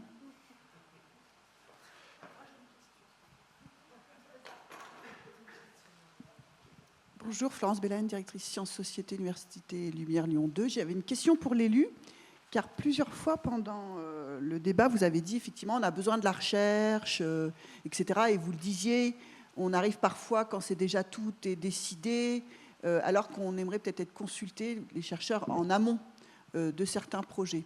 Donc ma question, elle est plus d'un point de vue méta et sur ce dialogue chercheur-élu qu'on essaye de tester. Et aujourd'hui, c'en est une expérimentation. Qu'est-ce que vous attendriez plus de la recherche dans votre accompagnement, voilà, de tout ce que vous devez faire? Est-ce qu'il y a des choses qui fonctionnent? Est-ce qu'il y aurait des choses à inventer comme des instances? Voilà, comment la recherche peut plus vous accompagner au cours de votre mandat? Tu veux que je fasse un début de réponse pendant quelques secondes Donc, je réponds côté service, le temps que l'élu réfléchisse à une réponse plus pertinente. Je pense que la recherche, elle peut nous aider à documenter ce qu'on est en train de faire ou à documenter les situations, c'est y voir plus clair et sortir de nos propres biais, parce qu'il y a déjà des biais chez les chercheurs, alors imaginez quand on est dans des politiques publiques. Donc c'est nous aider à y voir clair, et puis c'est nous aider à recomposer nos catégories de pensée, parce qu'on a des catégories qui sont datées, qui sont partielles, avec des points aveugles un peu partout. Et donc, ça peut nous interroger autrement que dans un dialogue, comme parfois on peut être interrompu, on peut être conflictuel avec des habitants ou d'autres acteurs, des acteurs économiques. On peut être dans des dialogues en tension. Et je crois que c'est aussi un échange où la parole n'est pas dangereuse. Et donc, on peut avoir des commentaires qui sont d'une autre nature et qui génèrent un autre positionnement. Et la question des dispositifs par lesquels ça peut se faire, je suis très d'accord avec ce que disait Bianca tout à l'heure, c'est-à-dire comment on peut intervenir en amont de manière longitudinale, non seulement avec la recherche, mais aussi avec les étudiants, enfin, avec toute la communauté scientifique au sens large.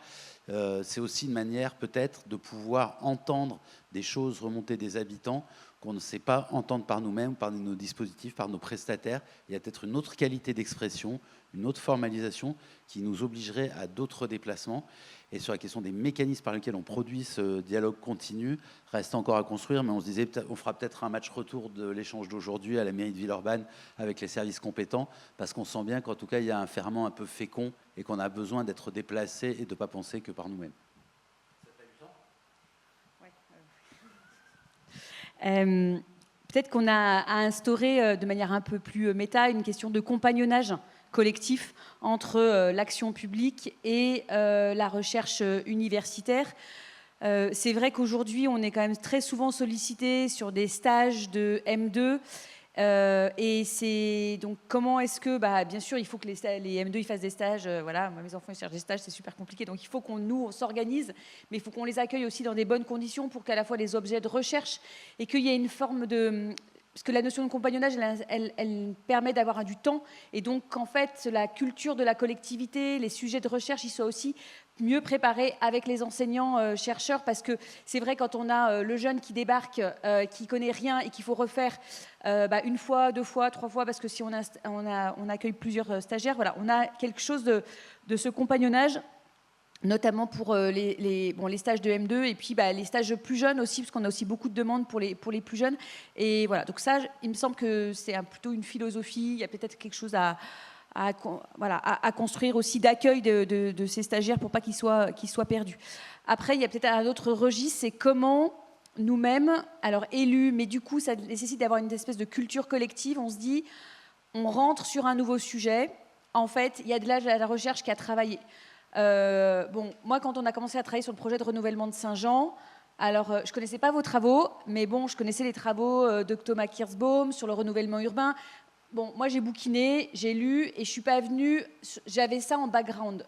En fait, tous les élus, et c'est normal et heureusement, parce qu'en fait, tous les élus, on n'a pas Bac+5. Il y a des élus pour lesquels la question de l'accès à la lecture, et notamment la question de la diversité sociologique, même s'il y a une grande uniformisation des élus, il faut qu'on arrive à travailler. C'est comment est-ce qu'il y a une forme de vulgarisation, de revue de littérature scientifique, de ce qui s'est fait, de ce qui se dit, et comme forme de dire, ça, c'est les retours d'expérience sur la Duchère. Et c'est vrai que on l'avait en filigrane, mais il y a des choses que j'avais pas, et qu'on a fait des conneries, on a pris des mauvaises décisions, et bon, voilà, après, on essaie de prendre les meilleures décisions à l'instant T, il ne faut pas non plus toujours dans la culpabilisation, mais quand même, je pense qu'on aurait été meilleur. Donc voilà, il y a aussi cette notion de revue de littérature scientifique, un peu pour les nuls, sur des sujets, en disant, voilà, ça, c'est ce qui s'est passé, et puis si on veut creuser, voilà. Et puis après, moi, je crois aussi beaucoup aux formes de médiation, par exemple sur la Duchère, il y a tout le travail qu'a fait François Hayen sur l'affaire Correra, qui est, quand je lis ses propos, quand je vous entends, en fait, il y a aussi... Oui, l'affaire Correra, c'est en fait une pièce de théâtre qui a été faite, une résidence d'artistes, mais qui s'est appuyée notamment sur tout le travail de la recherche universitaire qui était aussi en cours, et qui donne la parole aux habitants, et qui met en scène en fait la conflictualité dans le processus de renouvellement urbain. Bon, voilà, une pièce de théâtre comme celle-ci, elle est extrêmement documentée, c'est de la recherche, c'est du théâtre-action, c'est de la recherche-action, et c'est une forme de médiation qui, pour nous élus, est aussi, en fait, en 2 heures, on a vu des résumés de travaux de dizaines d'universitaires qui bossent sur les... voilà. Ce qu'il ne faut pas négliger quand même, c'est que les élus, on n'a pas forcément beaucoup de temps, et puis surtout, on est sur une diversité de sujets qui fait qu'on ne peut pas devenir spécialiste de tous les sujets sur lesquels on est. Donc voilà, quelque chose autour du compagnonnage et autour d'une revue de littérature scientifique qui peut être de méthodologie, de manière de travailler. Il y a Pierre qui voulait proposer un comité scientifique des politiques urbaines. Non, surtout pas. Le comité scientifique, je fais partie d'un comité scientifique, j'avoue que c'est un exercice qui est compliqué. Peut-être parce que je ne suis pas scientifique, mais bon, bref.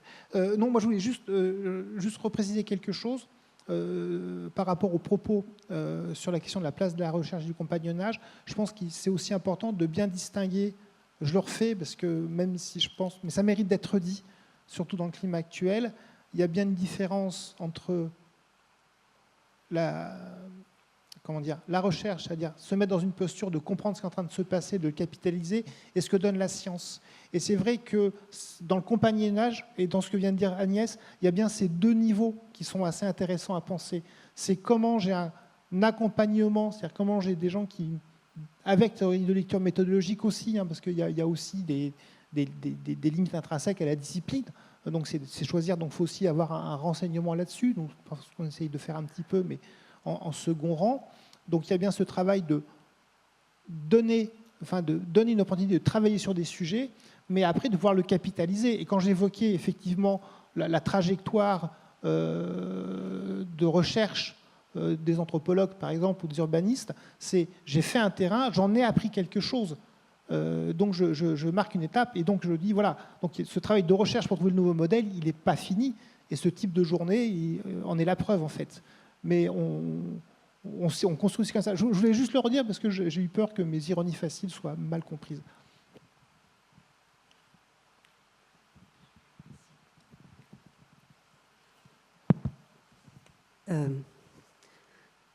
Carole Baudin, je vais me représenter. Carole Baudin, ethnologue, chercheur au sein du CEOMICIB, qui vous accueille. Je voulais juste intervenir sur 2 points. Le premier, parce que comme j'étais dans le huis clos, j'ai entendu des choses que tu n'as pas redit, ce qui est normal, parce que tu as fait une superbe synthèse, merci, très belle synthèse. Mais Agnès Thévenot a parlé à un moment donné de sa casquette, de la casquette qu'elle a dû prendre à un moment donné de chercheuse, notamment autour. Alors c'est moins mon domaine, mais je me permets d'intervenir parce que autour des problématiques de droit de l'aménagement, aux confluences du droit de l'urbanisme et de l'environnement. On a participé il y a quelque temps, il n'y a pas très longtemps, avec Éléonore, on fait partie d'un groupe de travail de la NRT dans lequel une jeune doctorante en droit est intervenue. Elle fait du compagnonnage à la métropole de Marseille autour de cette question-là qui est manifestement extrêmement compliquée.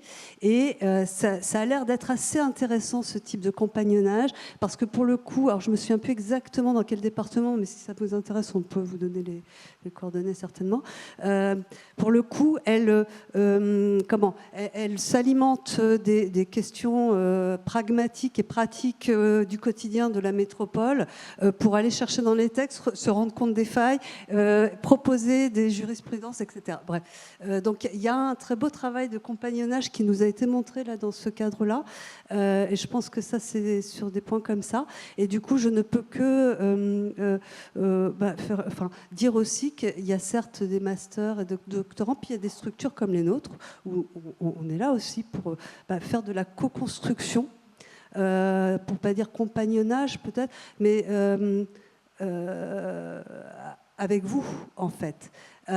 Et comme le disait Bianca lors de la première visio, je ne peux que dire, je fais partie de ces gens qui pensent qu'il est urgent d'intégrer les points de vue des chercheurs et notamment des sciences humaines, bien sûr, mais pas que, mais dès l'amont des projets.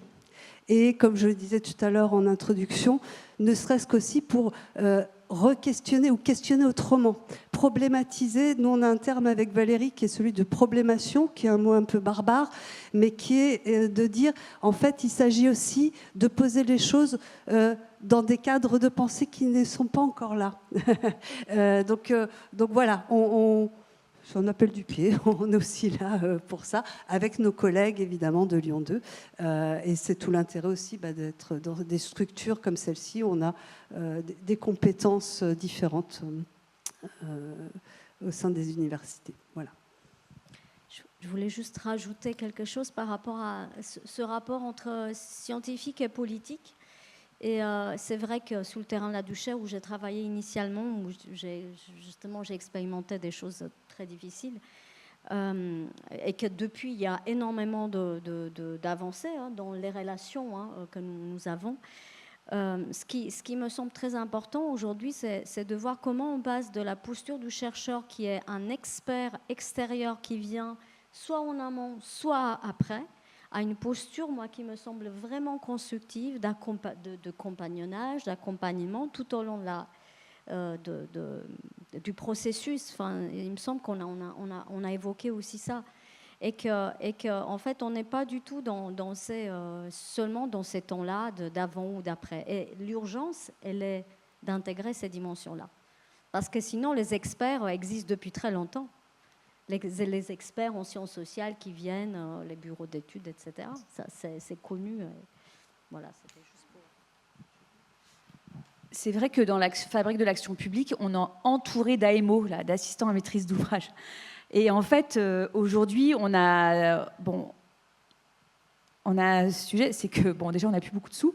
Et donc, c'est comment, en fait, on va... la recours aux AMO, il va falloir aussi qu'on va les réduire. Mais moi, c'est une vraie opportunité aujourd'hui de réduire ces espèces d'intermédiaires qui, parfois, enlève le savoir des fonctionnaires territoriaux, qui sont des mines de savoir. Et en fait, il y a une forme d'externalité, de surprotection. Voilà. Alors, des fois, on a besoin d'experts.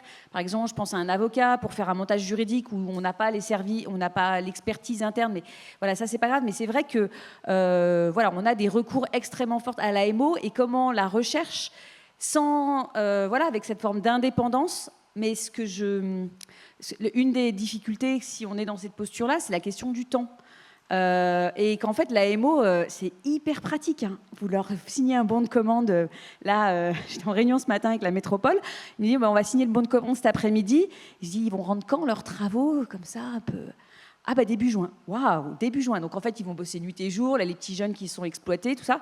Bon, et puis bah, forcément, on va avoir un rapport qui va être de commanditaire, donc ils vont nous servir voilà. Et ce travail-là, un peu à la fois, mais comment est-ce qu'on gère le temps long de vous associer, vous chercheurs, sur des questions qui sont complexes, et puis, mais quand même un peu d'opérationnalité, parce que 6 ans, ça passe super vite, et que en fait, entre les délais de procédure qui existent, voilà, en fait, au bout d'un moment, si on a besoin d'une enquête publique, on a forcément au moins 18 mois dans le viseur, et donc ça obère quand même un bout de l'action. Donc voilà, c'est peut-être cette question-là c'est quoi le rôle exact de la recherche qui potentiellement se substitue à un AEMO, mais pas complètement, et puis en même temps, comment est-ce qu'on gère le temps de l'action publique et le temps de la recherche. Vas-y, je t'en prie. Merci. Je vais me permettre de rebondir justement sur cette question de l'AMO et de la manière dont le politique, ou je dirais de façon peut-être dépersonnalisée, les collectivités peuvent travailler avec les chercheurs et les universitaires, les établissements universitaires en particulier. Déjà, peut-être rappeler que pour ce qui est d'accueillir des doctorants, il y a un dispositif qui permet aussi justement à des jeunes qui, eux, souhaiteraient continuer en recherche et qui sont confrontés à la problématique il faut un financement. Ça s'appelle le contrat CIFRE. Voilà, donc ça, c'est une manière finalement concrète de nouer, à la fois de répondre à des besoins de connaissances, de solutions, voire de solutions, et puis de soutenir la recherche aussi. Donc voilà. Oui, voilà. Et c'est quelque chose qui est très développé, la métropole aussi. Et donc, mais je pense qu'il faut, c'est vraiment quelque chose qu'il faut investir plus.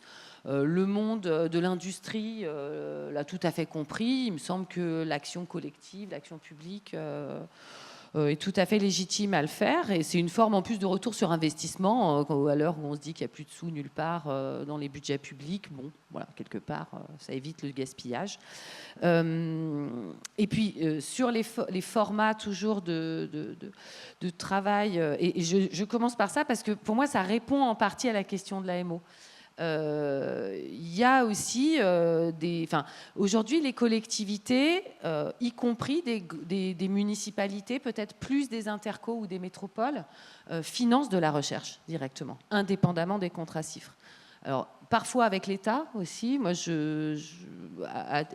en tant qu'urbaniste, je participe depuis maintenant 20 ans à des programmes qui s'appellent POPSU, et qui permettent concrètement aussi d'explorer des choses. Alors, c'est sûr c'est pas forcément de la recherche-action au sens propre du terme, mais ça apporte de l'expertise, de la compréhension par rapport à ce que vous disiez. Ça permet aussi à un moment de faire un pas de côté.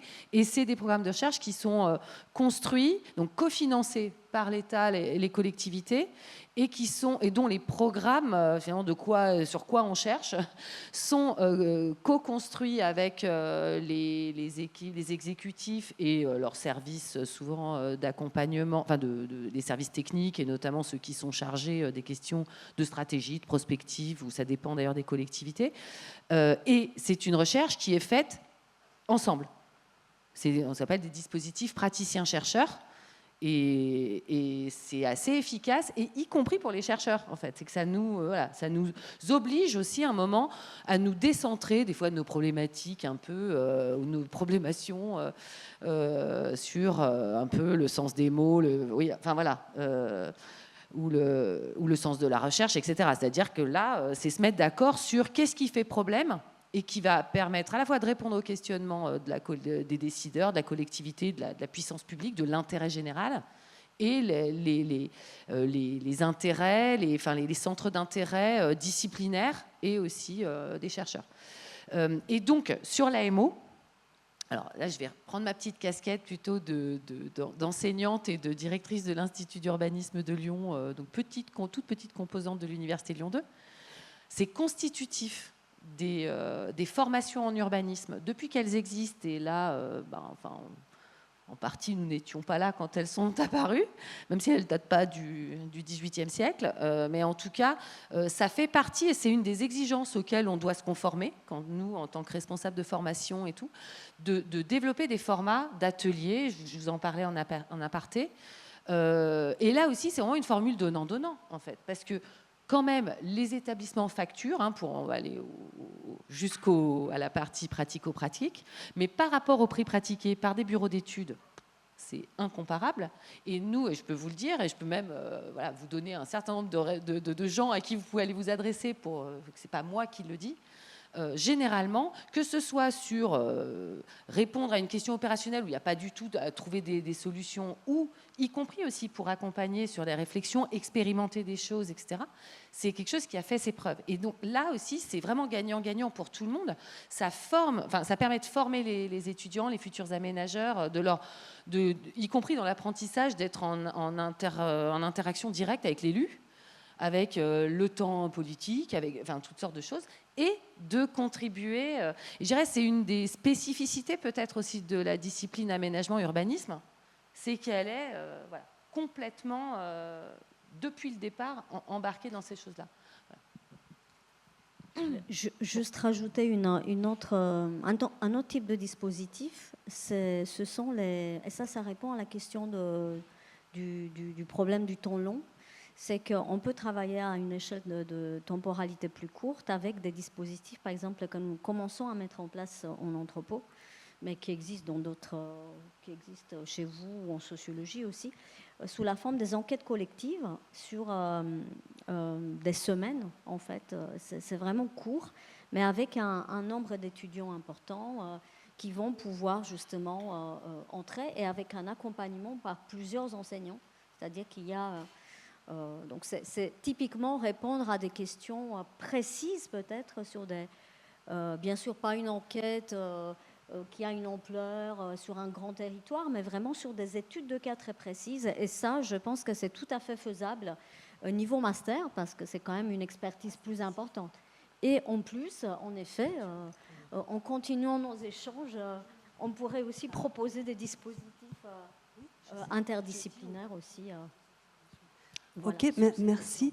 On va prendre 2 dernières interventions. Il va falloir qu'on coupe. Je suis désolée. Donc, Valérie, après Lionel. Je ne sais pas si on va être convergent avec Lionel, mais je trouve que ce temps capsule répond à une préoccupation que l'on a dans le cadre du LABEX. Je change de casquette. Je passe du CEOMICIB au LABEX. Laboratoire d'excellence intelligence des mondes urbains, au pays des acronymes. Bonjour. Et en fait, ce LABEX, il réunit énormément de laboratoires, énormément de disciplines. Et un des enjeux, qui est, je crois, l'enjeu de ce projet, c'est que se rencontrent, dialoguent, se comprennent et échangent des collectivités, des industriels, des demandeurs, une diversité d'acteurs qui ont des questions ou envie de réponses du côté de la recherche, et des chercheurs qui se désolent de ne pas avoir d'interaction avec des acteurs de la vraie vie. Je caricature, excusez-moi, c'est mon côté méridional, mais à man donné, voilà. Bon, donc, et ce qui nous frappe, nous, c'est qu'il y a... Alors, il y a des réseaux, des interconnaissances de gens qui finalement se connaissent, se rencontrent, bricolent des choses ensemble, mais qu'il y a globalement une vraie difficulté pour les uns à donner à voir et expliquer ce qu'on fait, parce qu'il y a quand même une grande diversité du côté de la recherche, et des pratiques de recherche, et des objets de recherche, et des envies ou pas d'ailleurs de travailler avec des collectivités, des gens de la vraie vie, avec des postures qui sont extrêmement diverses. Des gens qui vont être uniquement dans une attitude très externe, très experte, d'autres qui vont être dans une attitude compréhensive, d'autres qui vont être... nous, on est dans une discipline qui est une discipline actionniste, donc on va être dans la co-construction, les mains dans le cambouis, on va patouiller, c'est pour ça qu'on patouille en ergonomie. Bref, et tout cela est très légitime, très différent, sans doute à sa place. Et du côté des collectivités, des municipalités, il y a les élus, il y a les services techniques, il y a aussi tout un tas d'acteurs, et voilà, il y a une énorme pluralité. Et donc, nous, la réflexion que l'on a, c'est comment faire pour que cette rencontre, elle puisse avoir lieu en dehors de moments comme ceux-ci, où moi, je trouve que la question de proposer une entrée autour d'une thématique, ça permet aussi de ne pas forcément s'envoler dans des choses qui sont des discours un peu éthérés, mais très concrètement, comment on peut peut-être se rencontrer, alors avec des approches très différentes, faire affaire, entre guillemets, ou pas, se dire, ben non, finalement... c'était bien intéressant, je vais aller lire un truc, mais je ne vois pas bien comment on peut travailler les uns avec les autres. Ou à contrario, se dire on va travailler ensemble, on va cheminer ensemble, etc.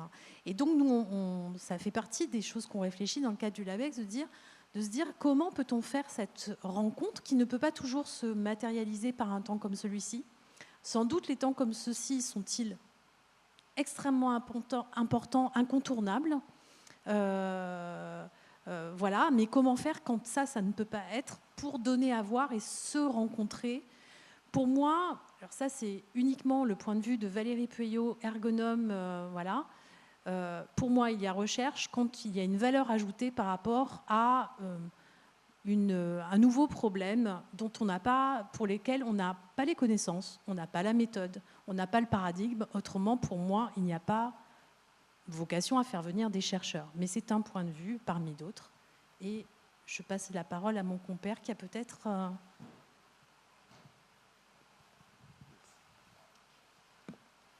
Oui, Lionel Souillac, INSA de Lyon. Moi, je suis modélisateur de l'environnement urbain.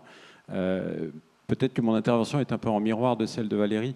Je pense qu'il est évidemment très intéressant pour les collectivités de faire venir des chercheurs pour éclairer, si tant est qu'on soit éclairant, un petit peu, ou observer, ou décrypter ce qui se passe. La question que je me pose, c'est assez évident qu'on ne va pas pouvoir le faire sur l'ensemble des projets. Et toutes les villes n'ont pas la chance d'avoir un campus de plusieurs dizaines de milliers d'étudiants et plusieurs milliers de chercheurs sur leur sol. Donc c'est évident que toutes les villes, toutes les collectivités ne vont pas pouvoir le faire. Est-ce qu'il existe des dispositifs au niveau justement des collectivités pour capitaliser les bonnes expériences qui peut-être bénéficieront de l'implication de chercheurs, pour transférer ces bonnes pratiques, pour partager les bonnes pratiques, et de façon à ce que finalement les bons exemples puissent faire école, puissent faire modèle, pour boucler un peu la boucle. Je ne sais pas s'il existe des espaces de bonnes pratiques. En tout cas, à la fois pour répondre à vos deux interventions, aujourd'hui, la valeur ajoutée de la recherche, en tout cas, il me semble, aujourd'hui, en tout cas, je parle de ma place, mais ce dont on a besoin, il me semble, dans une collectivité locale, c'est aujourd'hui la transdisciplinarité. Et l'immense difficulté qu'on a aujourd'hui, c'est que moi, en fait, un prof de droit public, j'ai rien contre les profs de droit public, ne vous inquiétez pas, ou un économiste de la construction, ou un spécialiste de la pollution des sols, en fait, moi, politique, ça ne m'intéresse pas. Parce que moi, je vais de lui dire comment est-ce que je bâtis le modèle économique de ma ville qui prenne en compte la question de la pollution des sols et que je peux le mettre dans mon permis de construire. Moi, ma question, elle est là.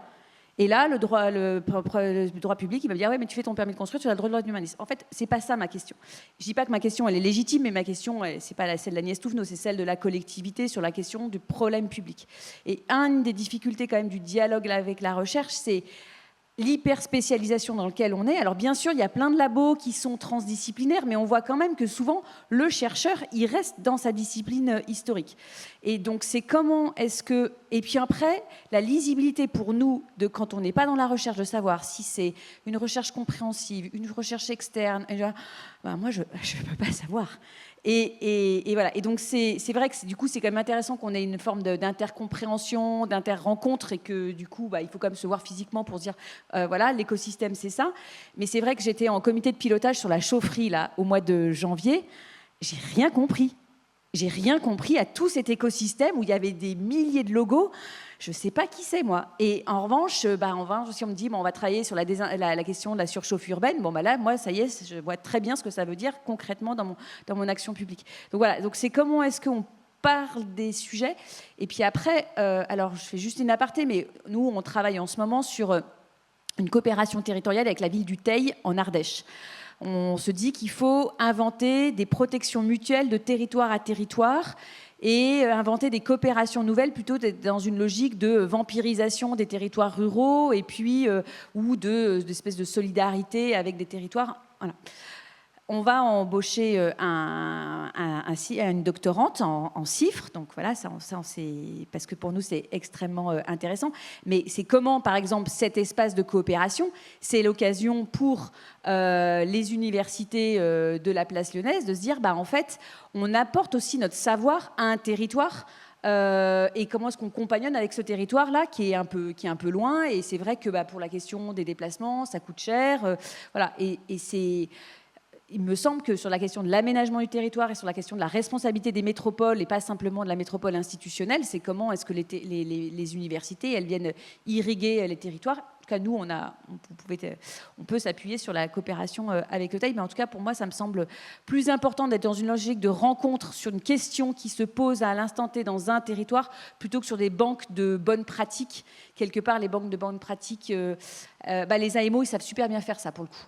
Leur métier, c'est ils vivent de ça, de benchmark et d'aller voir ce qui se passe et d'être en lien avec la recherche universitaire.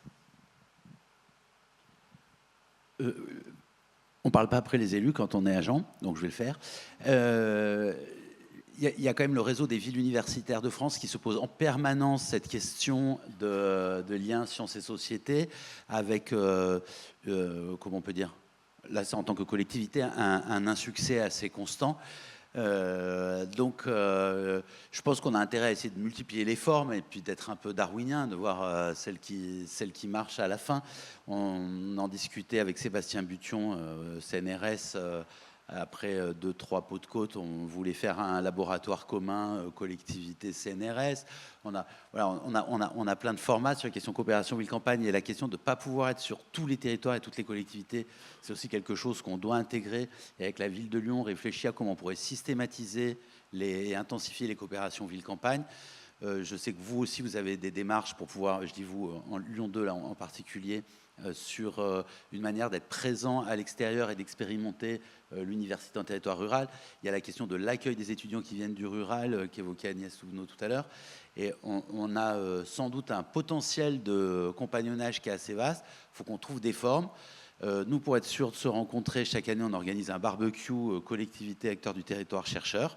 Donc, on vous paye à tous une merguez une fois par an, si vous voulez. On peut le faire une fois par mois, si vous voulez aussi. Et puis moi, je voulais aussi insister sur le fait que ce serait intéressant qu'on repère les zones où cette coopération fait défaut. Parce qu'on a des services et des segments de recherche qui sont très bien en face. Par exemple, notre direction de la santé publique va très bien avec le VET AgroSup, le laboratoire de biologie évolutive, etc. Et donc, on a des directions qui sont très, très connectées, d'autres qui ne le sont pas du tout. Et je pense que ce serait intéressant aussi qu'on ait un panorama des coopérations existantes, des modalités de ces coopérations, et qu'on essaye de regarder vraiment, un peu comme tu le disais, sur les questions qui se posent, mais les endroits où ça fait défaut, les endroits où on manque, et puis d'essayer d'y mettre de l'énergie, de trouver des formes sur ces endroits qui manquent. Donc, j'ai bien compris la commande qui m'était passée, Agnès, je m'y colle dès demain. J'ai l'impression qu'on sort un peu du sujet de la table ronde, là, et qu'on est en train de parler des relations collectivité, monde de la recherche. Donc, je ne peux pas ne pas prendre la parole, puisque nous, on est un espace un peu intermédiaire, qu'on a porté une démarche qui s'appelait Métropole des Savoirs, où le but, c'était de rapprocher. Puis on avait soutenu le LABEX Simu à cette époque-là, à sa création, justement, sur cette entrée-là. Bon, l'organisation a évolué. En fait, je pense qu'il y a, par rapport à ce que vient de dire Marc, c'est vrai qu'il y a des disciplines qui s'y prêtent plus. Je veux dire, effectivement, le médical, sciences de l'ingénieur. Enfin, je veux dire, on est à l'INSA, les liens entre l'INSA et la direction de l'eau au Grand Lyon, elle est hyper historique, ancrée. Donc, je veux dire, il y a quand même des espaces. Là, on est sur l'urbain et sur une entrée qui était gestion des ruines avec une entrée presque bâtimentaire, puisque c'est quand même un programme sur la ville et le bâtiment durable. Donc moi, je m'attendais à trouver du dur. Et on termine avec une table ronde sur, merde, comment est-ce qu'on gère l'humain? Comment est-ce qu'on gère nos catégories de pensée? Et là, j'ai des champs disciplinaires qui n'ont pas les mêmes grilles de lecture, qui me disent j'ai différentes catégories de pensée. Je pense pas. Moi, je pense valeur, moi, je pense besoin, moi, je pense attachement. Je ne me lise pas le même imaginaire, je ne me lise pas les mêmes clés de lecture scientifiques. Et pour rejoindre Agnès, oui, on a aussi besoin d'interdisciplinaire pour alimenter une réflexion opérationnelle. C'est-à-dire que l'objectif, c'est, au-delà de faire science, c'est que la science puisse se transformer dans la tête des gens pour se dire, tiens, comment je repense mes concepts? Je vais prendre un truc tout con. Il y a 20 ans, on commençait de parler de mobilité. Sauf que dans la tête de 80% des agents publics et des élus, mobilité, c'était le nouveau mot pour déplacement. Ils n'avaient pas intégré le changement presque anthropologique du coup du rapport au déplacement. C'était pas qu'une modalité technique de se déplacer autrement, c'était un autre rapport au temps et à l'espace. Et donc, moi je pense qu'un des enjeux, quand on parle de modéliser, simuler, expérimenter de l'urbain, dans ces questionnements-là, et comme on vient de parler tout à l'heure dans la capsule de c'est quoi notre nouveau modèle, bah c'est là aussi où on attend du concept, et du concept qui repose sur de l'observation, pas du concept... alors, j'ai beaucoup de respect pour la philosophie, et nous, souvent, quand on fait des états de la recherche, on va chercher des philosophes. Parce que ça, c'est un rôle qu'on va jouer. Par exemple, quand des services nous disent bah, tiens, on se pose des questions sur tel sujet, souvent, c'est bah, que dit la recherche sur ce sujet-là? Donc c'est un truc qu'au niveau de ma direction, on est amené à faire. Mais ça, c'est... Enfin, sur une table ronde comme celle-là, modélisé, simulé, expérimenté, l'urbain, on le voit bien, ces tensions-là. Vous évoquez une entrée informatique data. Il y a 15 ans, on avait accompagné un projet de recherche privée, modélisation urbaine Gerland, mais c'était une catastrophe. Ce truc-là, ça nous coûtait un bras, d'ailleurs, soit dit en passant. Mais c'était hyper instructif. C'est-à-dire qu'il faut aussi accepter de se planter, d'aller expérimenter et de participer à un gros foirage. Et la promesse, c'était quoi? C'était de dire on va tout mettre en données, ça nous permet d'avoir un super outil de modélisation de l'urbain. Je ne vais pas rentrer dans l'histoire de modélisation urbaine Gerland, mais en gros, c'était la promesse, à l'époque des big data, qu'en traînant des gros volumes de données, on aurait un outil qui tout permettrait d'avoir un outil d'aide à la décision. Ça aussi, je ne l'ai pas dit parce que c'est plein de choses dans la capsule, mais la question du rapport à la décision. Ah oui, avoir une approche scientifique, c'est pas avoir une approche scientiste. Et là, bon, on avait une approche scientiste. Ok, vous me donnez toutes vos données, je vais modéliser un quartier et je vais faire une offre de service, une offre de valeur pour le coup, pour que vous puissiez prendre les bonnes décisions. Ok. Et donc, on a rentré de la donnée, ça devait servir à tout. Mais c'était juste ingérable. Déjà, il y a un problème de frontières. Un quartier comme Gerland, il est connecté au monde entier, en fait, au final. Et le battement d'aile de papillon va vous faire écraser toute votre modélisation. Nous, on avait travaillé sur la modélisation du bonheur. On nous avait quand même demandé de réfléchir sur ça. Ça s'est terminé. Finalement, le bonheur, c'est un logement avec une terrasse. Non, mais je vous jure que c'est vrai ce que je vous raconte. Par contre, on a appris énormément. On a appris qu'une donnée, c'est un construit social. Ça peut paraître con.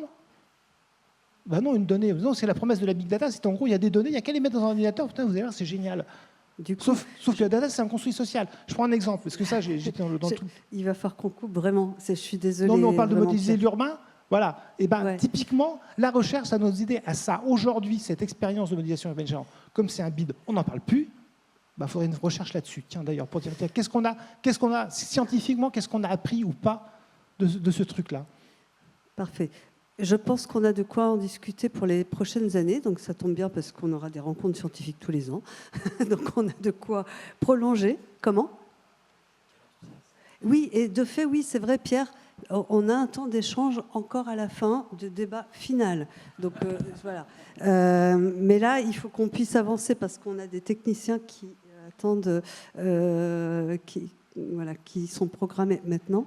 Et c'est le moment donc d'une pause. Donc vous pouvez prolonger les discussions autour d'un café, d'un jus de fruits et autres. Et je vous propose de nous retrouver à 16h, le temps qu'on mette en place les dispositifs pour la dramaturgie du modélisateur.